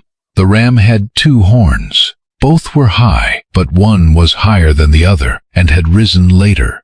The ram charged westward, northward, southward. No animal could stand against it. No one could rescue from its power. It did as it pleased. It became great. Then, while Daniel was considering what he saw, a male goat came from the west. It crossed the whole earth with extraordinary speed, appearing not even to touch the ground. Between its eyes was a prominent horn. The goat rushed toward the ram with tremendous fury. It struck the ram. It shattered its horns. The ram had no strength to resist. It was thrown down and trampled. No one could rescue it. The goat became exceedingly great, but at the height of its power the great horn was broken. In its place, 4 prominent horns grew toward the 4 winds of heaven. Then from one of them came another horn. It began small. It grew in power toward the south, toward the east, and toward the beautiful land. Its arrogance increased. The imagery becomes increasingly connected with attack on the holy people. the sanctuary, and the regular worship associated with it. Truth is thrown down. The horn prospers for a time. Daniel hears holy ones speaking and asks how long the vision will continue.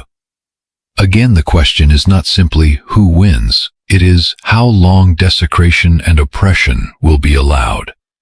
Then the angel Gabriel is instructed to help Daniel understand the vision. Daniel is terrified. He falls face down. Gabriel explains that the vision concerns a future period. The ram with 2 horns is identified with the kings of Media and Persia. The goat is identified with Greece. The great horn is its first king. The 4 horns that replace it represent kingdoms arising afterward, though not with the same power. Later, a fierce ruler appears. He destroys. He opposes the holy people. He becomes proud. He acts deceitfully. He even stands against the prince of princes. But his end does not come through ordinary human power. Daniel 8 gives us more explicit historical identifiers than Daniel 7. Even so, the text remains prophetic and symbolic. Later readers have connected these descriptions with particular rulers and periods of persecution, and some traditions also see patterns that point beyond the immediate historical horizon. But the safest approach is to begin where the text begins. Empires rise. They appear unstoppable. Then their power breaks. New rulers emerge. Some become especially destructive. The people of God suffer. Sacred things are attacked. Yet the oppressor's time remains limited. Daniel receives the interpretation, and instead of feeling triumphant, he becomes physically overwhelmed. He is sick for days. Then he rises and returns to the king's business. That brief sentence captures the strange tension of Daniel's life. He sees visions concerning kingdoms and generations. Then he goes back to work. He serves inside the very systems whose temporary nature has been revealed to him.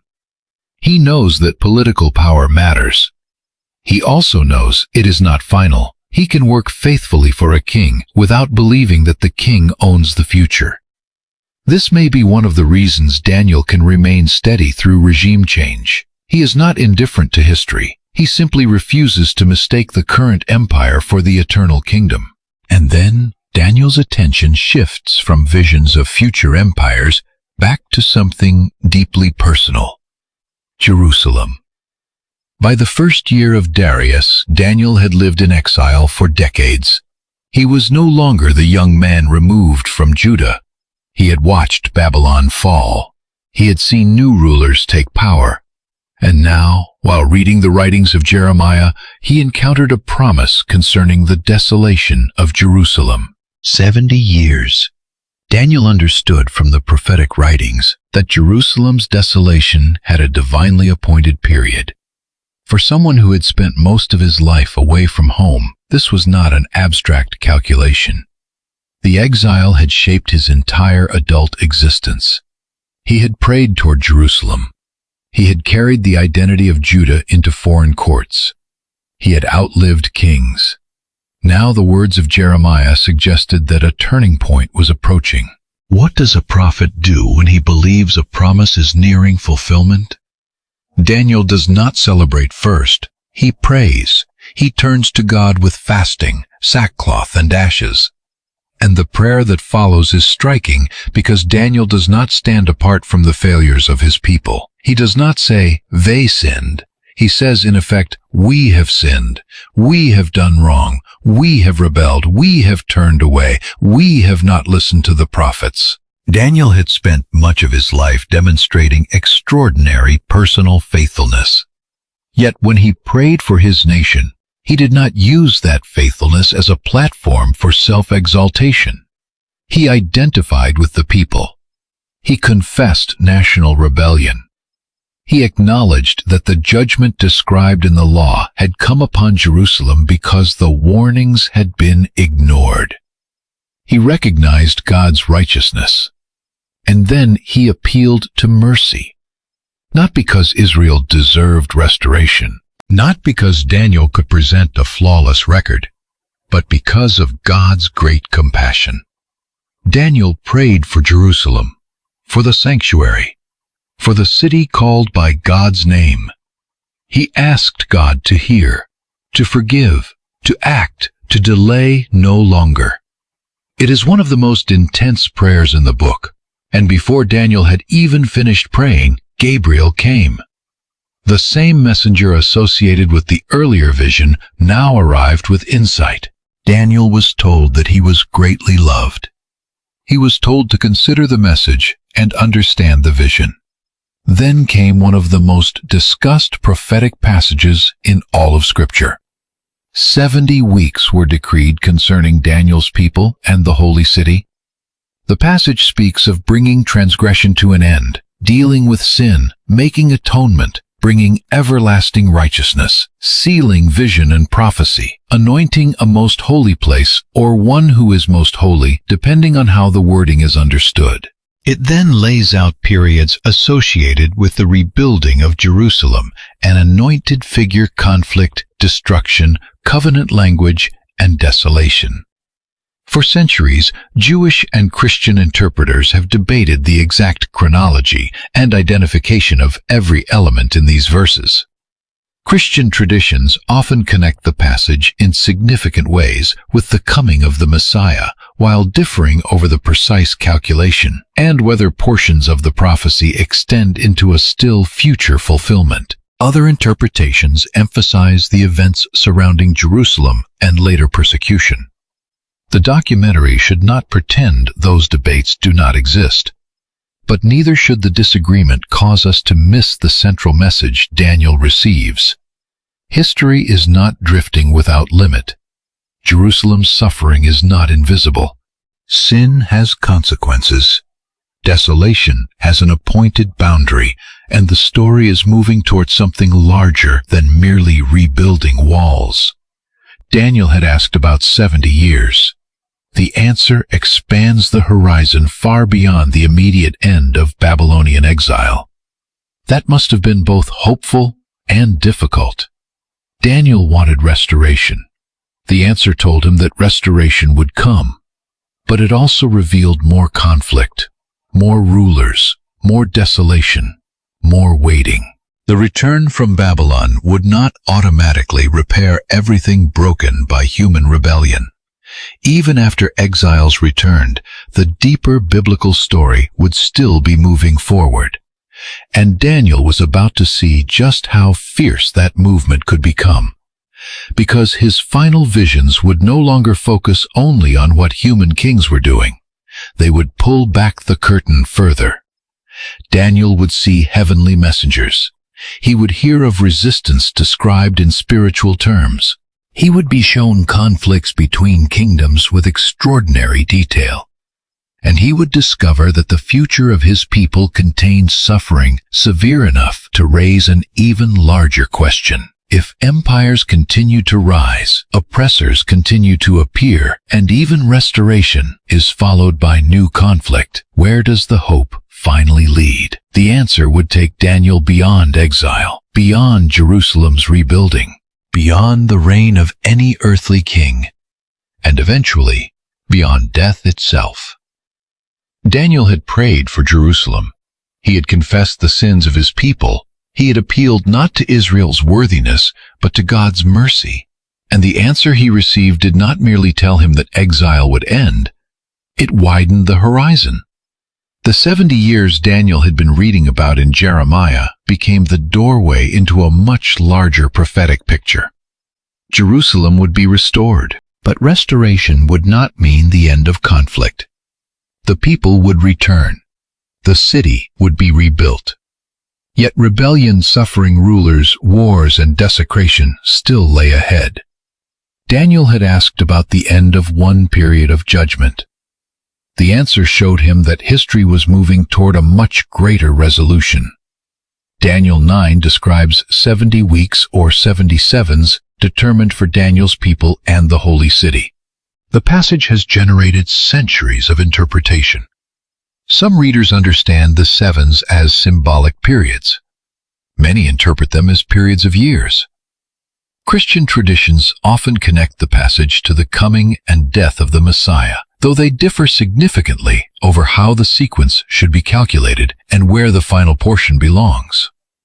Other interpretations emphasize events surrounding later persecution and the destruction experienced by Jerusalem. The text itself gives us a sequence of restoration, an anointed figure, conflict, destruction, covenant language, sacrifice, and desolation. What it does not give is permission to treat every disputed chronological calculation as though no disagreement exists. Daniel himself was not handed a simple chart. He was given a revelation that expanded the scale of the problem he had been praying about. The issue was not only Babylon. It was sin. Not only exile. It was the long struggle surrounding Jerusalem covenant rebellion and the hope of final righteousness. That changes how we understand the final chapters of Daniel. Daniel is no longer simply asking, "When can we go home?" He is being shown that going home is not the same as the world being healed. The walls of Jerusalem can be rebuilt while human pride remains. A temple can stand while persecution still comes. A new government can replace an old one without ending the deeper conflict. The people can return from exile and still wait for the fullness of God's promises. That is why Daniel's final visions are so important. They reveal a future in which political history and spiritual conflict appear increasingly intertwined. Daniel 10 begins in the reign of Cyrus, king of Persia. By this point, Daniel had lived through extraordinary change. The young captive taken from Judah had become an old man. Babylon had fallen. Persian power had risen. A decree allowing Jewish exiles to return had opened a new chapter in the history of Daniel's people. But Daniel himself was still receiving revelation. The text says that a message was revealed to him concerning a great conflict. Daniel understood that the message was true, but understanding the message did not make it easy to bear. For 3 weeks Daniel mourned. He ate no rich food. Meat and wine did not enter his mouth. He used no lotions until the 3 weeks were complete. Then, while standing near the Tigris River, Daniel looked up and saw a figure so overwhelming that ordinary language strains to describe him. The man was clothed in linen. A belt of fine gold was around his waist. His body had an appearance like precious stone. His face flashed like lightning. His eyes were like flaming torches. His arms and legs gleamed like polished bronze. His voice sounded like the noise of a multitude. Daniel was not alone. Other men were present, but they did not see the vision. Still, terror fell on them, and they fled to hide. Daniel remained. Then his strength left him. His appearance changed. He became helpless. When he heard the voice, he fell face down into a deep sleep. This is not the image of a prophet casually receiving secret information. Revelation overwhelms him. Daniel repeatedly responds to these visions with weakness, fear illness, or confusion. The book does not present prophetic knowledge as entertainment. Then a hand touched Daniel. He was raised, trembling, onto his hands and knees. The messenger addressed him as a man greatly loved. Daniel was told to stand and pay careful attention. Then came an explanation that revealed something new. From the first day Daniel humbled himself and set his heart to understand, his words had been heard. The messenger had been sent because of those words, but he had been resisted for 21 days by one described as the prince of the kingdom of Persia. Then Michael, one of the chief princes, came to help. This language has led many interpreters to understand Daniel 10 as describing a spiritual dimension behind earthly political powers. The chapter later refers to the Prince of Greece as well. The text does not give us enough information to build a complete map of the unseen world. It does not explain every mechanism. It does not tell us to identify every modern nation with a particular spiritual ruler. But it does present something Daniel had not previously seen so clearly.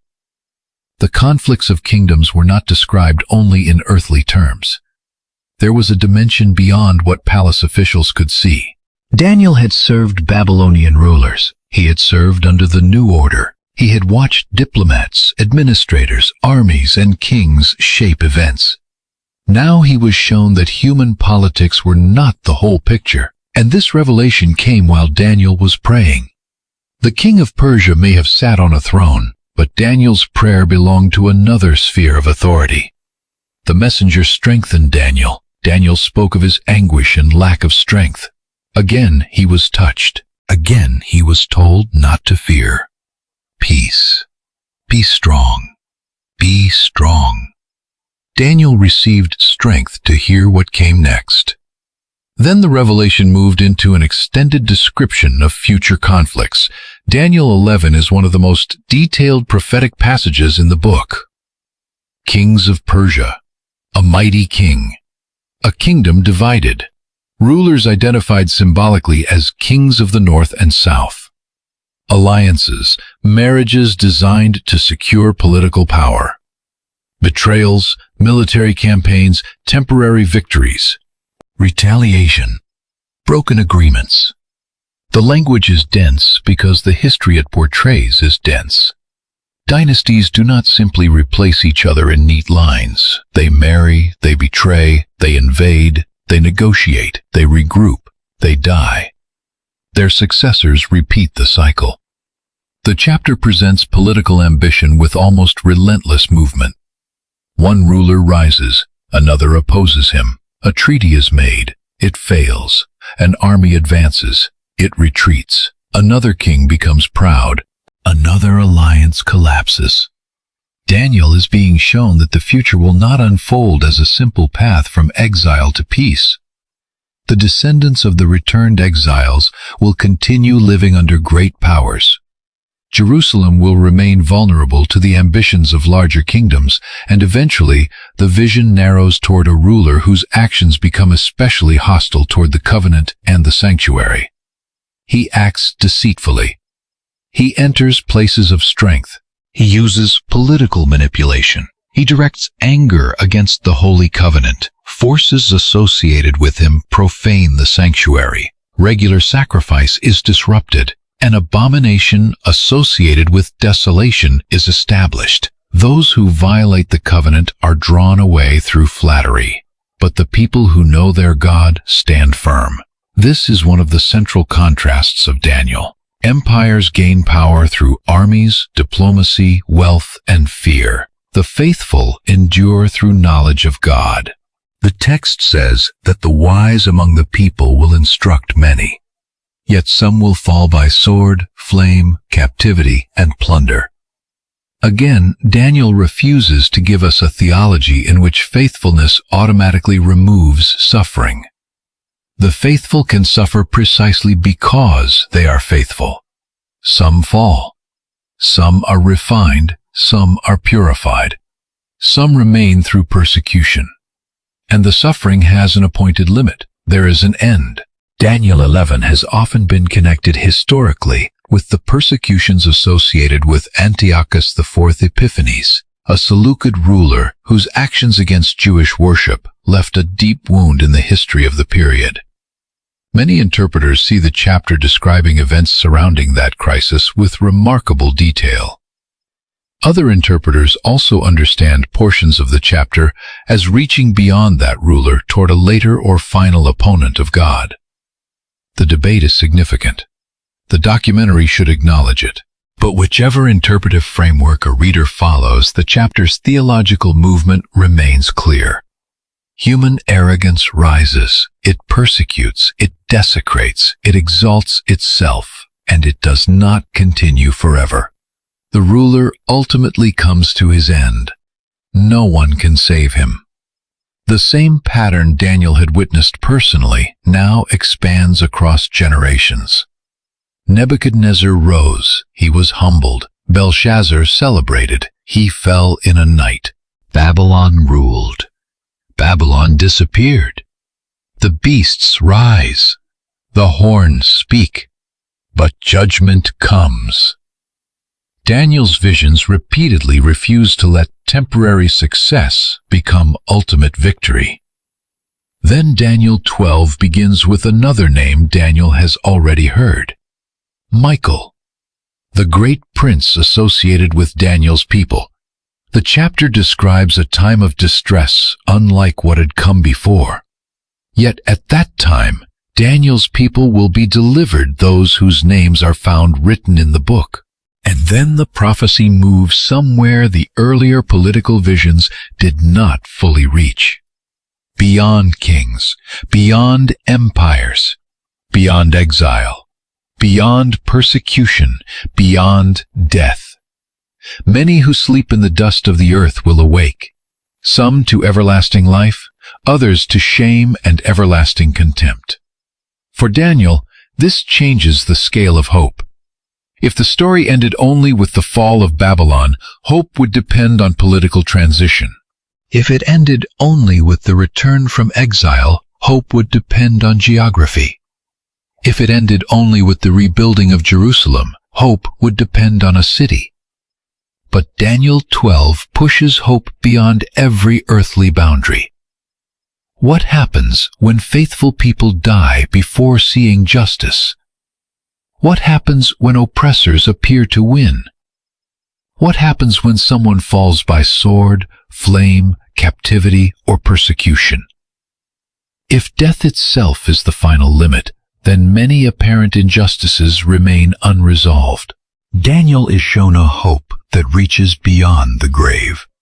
Those who are wise will shine like the brightness of the heavens. Those who lead many to righteousness will shine like the stars forever. The prophet who began his story losing his homeland is now hearing about everlasting life.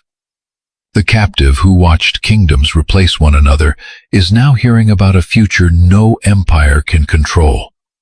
Yet even here, Daniel is not given every answer. He is told to close up and seal the words until the time of the end. Daniel sees two others standing nearby, one on each side of the river. One asks how long it will be before these astonishing things are fulfilled. The answer includes symbolic periods that have generated intense debate. Time, times, half a time. Later numbers are given. Daniel hears them, but he does not understand. That confession matters. Daniel asks what the outcome of all this will be. He has spent a lifetime interpreting dreams for kings. Now he is the one asking for interpretation, and not every detail is explained to him. He is told to go his way. The words are closed and sealed until the time of the end. Many will be purified. Many will be refined. The wicked will continue in wickedness. The wise will understand. Daniel receives additional numerical markers, but the book does not end by showing him building a precise timetable and announcing a date. Instead, it turns from global prophecy back to the individual man. Daniel, the exile, the statesman, the prophet, the old servant who had survived kings and kingdoms. He is told to go his way until the end. He will rest, and then at the end of the days he will rise to receive his allotted inheritance. That is where Daniel's prophetic journey is heading, not toward endless speculation, toward rest, toward resurrection, toward an inheritance beyond the reach of Babylon, Persia, Greece, or any kingdom that comes after them. Daniel had seen beasts. He had seen horns. He had seen war. He had seen desecration. He had seen heavenly judgment.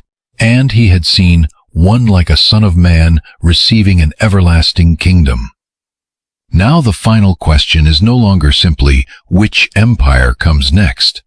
The final question is what Daniel's entire life means when seen from the end. Why did a captive survive so many kings? Why did his prayer matter?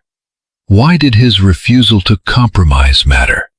Why did God reveal future kingdoms to a man who would not live to see most of them? And why does the book of Daniel end not with a throne in Babylon, but with a promise that Daniel himself will one day rise? The answer lies in the legacy of the man whose entire life became a witness to one unchanging truth. Every empire has a limit, but the kingdom of God does not. Daniel's story began with defeat. Jerusalem was besieged. The vessels of the temple were carried away. A young man from Judah was taken into Babylon and placed inside the machinery of an empire that intended to educate him, rename him, and use his abilities for royal service. By every visible measure, Babylon controlled the beginning of Daniel's adult life. It decided where he lived. It determined what language he would learn. It gave him a new name. It placed him before foreign kings. But Babylon never gained possession of the deepest part of Daniel. That is the thread running through the entire book. Daniel adapted without surrendering. He learned without absorbing everything. He served rulers without worshiping them. He accepted responsibility without confusing political success with ultimate security. And over the course of a lifetime, the young exile became something his captors could never have predicted. A statesman, an interpreter, a survivor of regimes, a man trusted by kings, and a prophet whose visions extended far beyond the empire that first brought him into captivity. By the final chapter, Daniel is no longer standing at the beginning of his journey. He is near its end. He has watched Babylon disappear. He has lived into the age of Persian rule. He has seen rulers rise with confidence and fall with astonishing speed. He has seen men bow before images. He has seen 3 faithful friends refuse. He has watched a king humbled by pride. He has read judgment on a palace wall. He has survived a den of lions. He has prayed for Jerusalem. And he has been shown a future larger than any single empire. Now the final vision brings together themes that had been developing throughout his life: conflict, judgment, deliverance, wisdom, suffering, and finally, resurrection. Daniel 12 opens with a time of extraordinary distress. Michael, described as the great prince who stands over Daniel's people, appears in connection with that crisis. The language is severe. There will be a time of trouble unlike what had come before. Daniel's visions have never promised that the road toward final restoration will be easy. Again and again, the book refuses to present faithfulness as a guarantee of comfort. The 3 men who refused to worship the image were thrown into a furnace before they were delivered. Daniel was placed inside the lion's den before rescue came. The wise in later generations would face persecution, loss, and death. The saints in Daniel 7 were attacked before judgment was given in their favor. Daniel's hope is therefore not based on avoiding every crisis. It is based on the belief that crisis does not have the final word. Daniel 12 says that Daniel's people will be delivered, those found written in the book. Then the vision goes somewhere few earlier Old Testament passages speak with such directness.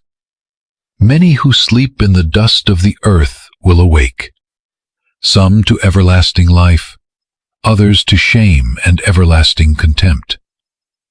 For a book filled with kingdoms, this is a dramatic expansion. Until this point, most political powers had been measured by whether they could conquer cities, destroy armies, control populations, or survive another generation. But resurrection changes the scale entirely. A kingdom may conquer a person's body. It may imprison him, exile him, burn him, throw him to lions, even kill him. But if death itself is not final, then human power has a boundary more absolute than any empire imagined. This is one of the deepest answers Daniel receives. The faithful may not see every promise fulfilled during their earthly life. Daniel himself would not. He would die before many of the events revealed to him took place. He would never personally watch every kingdom in the visions rise and fall. He would not witness every conflict surrounding Jerusalem. He would not see the full realization of the everlasting kingdom shown in his visions. Yet the promise given to Daniel did not depend on his living long enough to observe every event. His hope extended beyond death. That is why resurrection becomes so important at the end. Daniel had spent his life watching temporary things, temporary kings, temporary governments, temporary honors, temporary dangers, temporary exile itself was temporary. But Daniel 12 points toward everlasting life. The contrast is intentional. The kingdoms Daniel served were powerful because they could influence human life for a generation. The kingdom Daniel saw was different because its horizon extended beyond the grave. The text then speaks of the wise. Those who are wise will shine like the brightness of the sky. Those who turn many to righteousness will shine like the stars forever. Daniel's book has repeatedly asked what true wisdom looks like. Babylon possessed scholars, interpreters, magicians, advisors, officials trained in the knowledge of the empire. But when Nebuchadnezzar demanded the impossible, Babylonian wisdom reached its limit. Daniel's wisdom came from another source. He sought mercy from God. He acknowledged that mysteries belonged to God. He refused to use revelation as an excuse for self-glory. And he lived in such a way that even his enemies could not find corruption in his public service. Now, near the end of the book, wisdom is connected not merely with understanding information. It is connected with faithfulness and righteousness. Daniel had spent a lifetime demonstrating that difference. Knowing more does not automatically make someone wise. Nebuchadnezzar possessed enormous information about administration, war, and government. Yet pride nearly destroyed him. Belshazzar inherited the lessons of an earlier generation, yet he ignored them. Daniel, by contrast, repeatedly understood that knowledge without humility is dangerous. The visions do not turn him into an arrogant expert. They make him tremble, pray, fast, ask questions, and admit when he does not understand.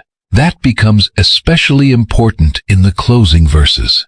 Daniel hears prophetic numbers. He hears references to appointed periods. He hears descriptions connected with the end. But he does not pretend to understand everything. He asks what the outcome will be. The response is not a complete decoding of every mystery. Daniel is told to go his way. The words are closed and sealed until the appointed time. Many will be purified. Many will be refined. The wicked will continue acting wickedly, and the wise will understand. Then additional numbers are given in connection with the removal of regular sacrifice and the abomination associated with desolation.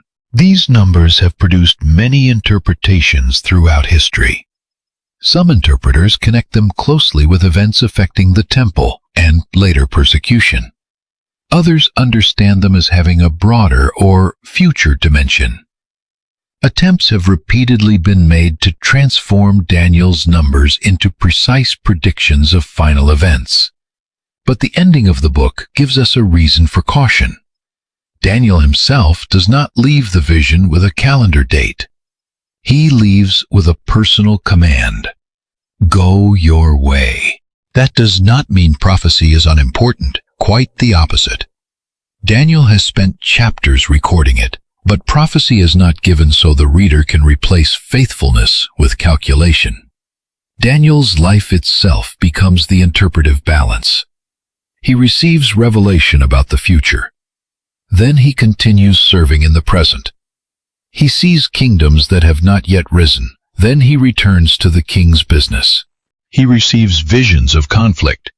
Then he prays. The future matters, but obedience remains immediate. This may be one of the most important lessons for anyone reading Daniel, primarily because of its prophetic sections. The book does not invite endless obsession with identifying every current ruler headline or political event as the certain fulfillment of a particular symbol. Daniel's visions mattered because they revealed that history remained under divine authority even when events appeared chaotic. The beasts would not rule forever. The arrogant horn would not speak forever. The The oppressor would not persecute forever.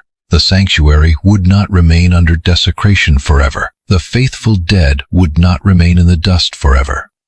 That is the hope the prophetic imagery protects. Not certainty about every disputed detail, certainty that human rebellion has a limit. Then the final words are directed personally to Daniel. Go your way until the end. You will rest, and at the end of the days you will rise to receive your allotted inheritance. The book that begins with Daniel being taken from his inheritance in Judah ends by promising him an inheritance no conqueror can remove. That symmetry gives the story extraordinary power. At the beginning, Daniel loses home. At the end, he is promised a portion. At the beginning, a king decides where Daniel will live. At the end, Daniel's future rests beyond the authority of kings. At the beginning, Babylon changes his name. At the end, the story remembers him as Daniel. At the beginning, he stands as a young captive before the might of an empire. At the end, the empire is gone, Daniel is old, and the promise remains. The Bible does not tell us the exact circumstances of Daniel's death. It does not describe a final scene with his family gathered around him. It does not tell us precisely where he was buried. Traditions developed later, but the biblical text itself does not give us those details. And perhaps that is fitting. Daniel's story does not need an elaborate death scene to reach completion. His final recorded promise is enough. He will rest. Then he will rise. That brings us back across the entire journey. Daniel first entered Babylon in a moment of national humiliation. Jerusalem had been compromised. Judah's independence was collapsing. The temple vessels had been taken. To anyone watching from the outside, Babylon appeared to be writing the future. Yet Daniel's life would become a living contradiction of that appearance. Nebuchadnezzar could conquer Jerusalem, but he could not control revelation. He could construct a golden image, but he could not force worship from faithful servants. He could heat a furnace, but he could not decide who survived it. His own pride could raise him in his imagination, but it could not prevent him from being humbled. Belshazzar could drink from the temple vessels, but he could not erase the judgment written on his wall. Officials could manipulate a king into outlawing Daniel's prayer, but they could not make Daniel stop praying. They could seal a lion's den, but they could not guarantee Daniel's death. And even the empires appearing in Daniel's visions could not make themselves eternal. That is the central confrontation of the book of Daniel. Human kingdoms repeatedly behave as though temporary authority is absolute authority. Daniel repeatedly reveals that it is not. This does not mean earthly government is meaningless. Daniel served government with extraordinary seriousness. His enemies could find no negligence in him. He was not careless because he believed God was sovereign. He was excellent because he understood whom he ultimately served. That is a crucial part of his legacy. Daniel demonstrates a way of living in exile that is neither complete withdrawal nor complete assimilation. He did not refuse Babylonian education merely because it was Babylonian. He served foreign kings. He accepted administrative responsibility. He interacted with people who did not share his beliefs. He learned how to function inside another culture. Yet boundaries remained. He would not defile himself when he believed faithfulness required refusal. His friends would not bow before the image. Daniel would not stop praying. The empire received his service. It did not receive his worship. That distinction may be Daniel's most enduring example for readers living in cultures where faithfulness must be practiced without political control. Daniel did not wait for a perfect society before living faithfully. He lived faithfully inside Babylon. And importantly, he did not confuse opposition with permission to become corrupt himself. When his political rivals investigated him, they found no dishonesty, no failure they could use. The man preparing for prayer was also the man performing his public responsibilities with integrity. Daniel's spirituality was not an escape from duty, it shaped how he performed duty. His relationship with kings is equally instructive. Daniel could speak respectfully while delivering devastating truth. When Nebuchadnezzar dreamed of the great tree, Daniel did not celebrate the king's coming humiliation. He was troubled. He warned the king. He urged him toward righteousness and mercy. When Belshazzar offered rewards, Daniel refused to allow gifts to purchase the message. He told the king what he did not want to hear. Daniel's courage was not theatrical aggression. It was disciplined truthfulness, and the book refuses to portray kings as simple caricatures. Nebuchadnezzar is proud, violent, unpredictable, and capable of terrible commands. Yet he is also confronted, humbled, restored, and eventually speaks profound words about the sovereignty of God. Belshazzar, by contrast, knows the story of what happened before him and refuses humility. The difference matters. Daniel is not merely a collection of miraculous escapes. It is a book about how human beings respond when confronted by an authority greater than themselves. Some bow in humility. Some harden themselves. Some manipulate. Some remain faithful. The same theme continues through the prophetic visions. Daniel 2 shows kingdoms from one perspective. A magnificent statue, gold, silver, bronze, iron. Daniel 7 shows them from another, beasts. The contrast is powerful. Empires often present themselves as glorious. They construct monuments, develop ceremonies, celebrate military victories, create titles, display wealth. But power viewed only from the perspective of those who possess it can hide what that power does to others. Daniel's beasts reveal the predatory side of human rule. Kingdoms devour, crush, trample. Arrogance speaks. The saints suffer. Then the Ancient of Days sits. That image may be one of the most important in the entire book. God does not enter the heavenly court in panic. He sits. The beasts are frightening. The throne is not threatened. The books are opened. Judgment follows. And then Daniel sees one like a son of man coming with the clouds of heaven. To him are given dominion, glory, and a kingdom. All peoples, nations, and languages serve him. His dominion is everlasting. His kingdom will not be destroyed. For Christian readers, this language becomes especially significant in the New Testament. Jesus repeatedly uses the title Son of Man, and the imagery of Daniel 7 becomes important in New Testament passages concerning his authority, vindication, and coming. That connection should be made carefully. Daniel 7 has its own context. The vision concerns beasts, judgment, the saints, and everlasting dominion. But the New Testament itself provides grounds for seeing Daniel's one like a son of man as deeply significant for understanding the identity and mission of Jesus. The connection is not created by forcing a modern interpretation into Daniel. It emerges from the way later biblical texts draw on Daniel's language. The same is true of resurrection. Daniel 12 becomes part of a larger biblical hope that reaches greater clarity in the New Testament. Death is not the final authority. Judgment remains. Resurrection remains. Everlasting life remains. And this gives Daniel's story a theological scale far beyond his personal survival. The lion's den matters.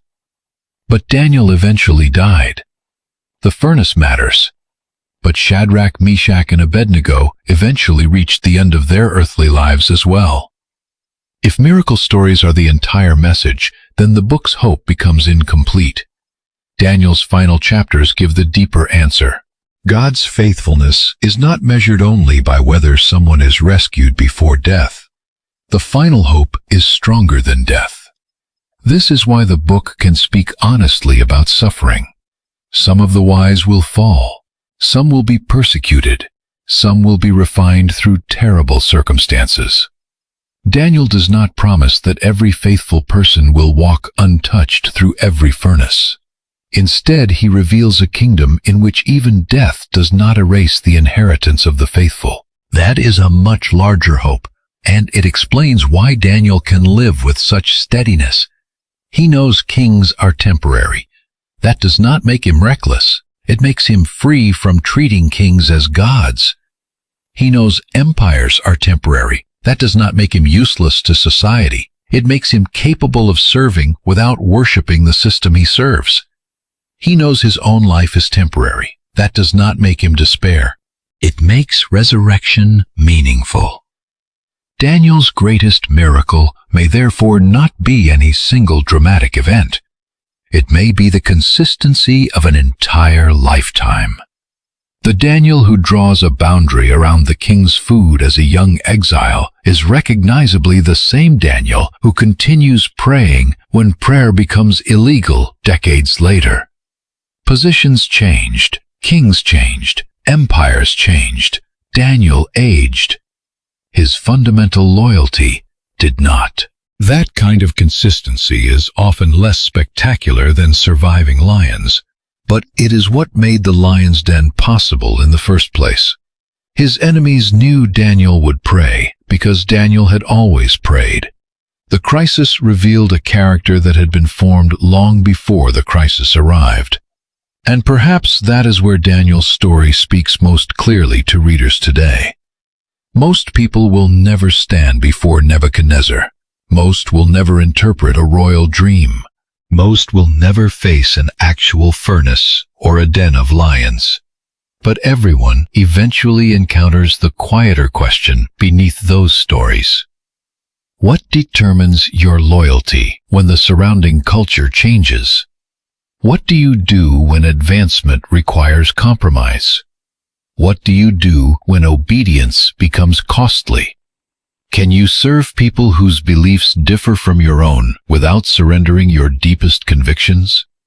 Can you hold influence without letting influence define you? Can you tell truth without enjoying another person's humiliation? Can you remain faithful when no miracle has yet appeared? Daniel's life answers these questions not with a single speech, but through decades of repeated decisions. And the book ends without pretending Daniel understood everything. That may be one of its most reassuring details. The great interpreter himself had questions. Daniel saw things he could not fully explain. He asked what they meant. He was given some answers. Other details remained sealed. Faithfulness did not require omniscience. Daniel was not told, "Understand every mystery before you can rest." He was told, "Go your way." That is the final posture. Daniel had done what was given to him. He had lived through exile. He had served, prayed, spoken, interpreted, warned, endured. Now the future belonged to God. Daniel could rest. The man who began as a captive could finish as a servant whose inheritance no empire could confiscate. Babylon had tried to rewrite Daniel's identity. History remembered him instead as the man who outlived Babylon. Kings promoted him. Kings threatened him. Kings praised his God. Kings disappeared. Daniel eventually disappeared from the political stage as well. But the visions remained. The promise remained. The kingdom remained. And that is where the story of Daniel finally finds its center. Not in the greatness of the prophet, not in the greatness of Babylon, not even in the greatness of the miracles. The center is the God Daniel trusted when every visible kingdom seemed stronger. The God who reveals mysteries. The God who removes kings and establishes kings. The God who humbles pride. The God who hears prayer. The God whose court sits above the beasts of history. The God whose kingdom cannot be destroyed. Daniel entered Babylon with almost nothing he could control. He left behind a testimony that has survived the empires he once served. And the final promise given to him reaches beyond every throne he ever stood before. He will rest, and at the end of the days he will rise. If Daniel's story has helped you see this book as more than a collection of isolated miracles, tell us which biblical figure or book should receive the complete documentary treatment next. Subscribe if you want to continue exploring Scripture as one connected story from kingdoms and prophets to exile, Messiah, resurrection, and restoration. And continue with the next documentary, because the fall of one empire never ended the biblical story. It simply moved the promise forward. Empires changed, kings disappeared, Daniel grew old, but the kingdom he saw was still ahead.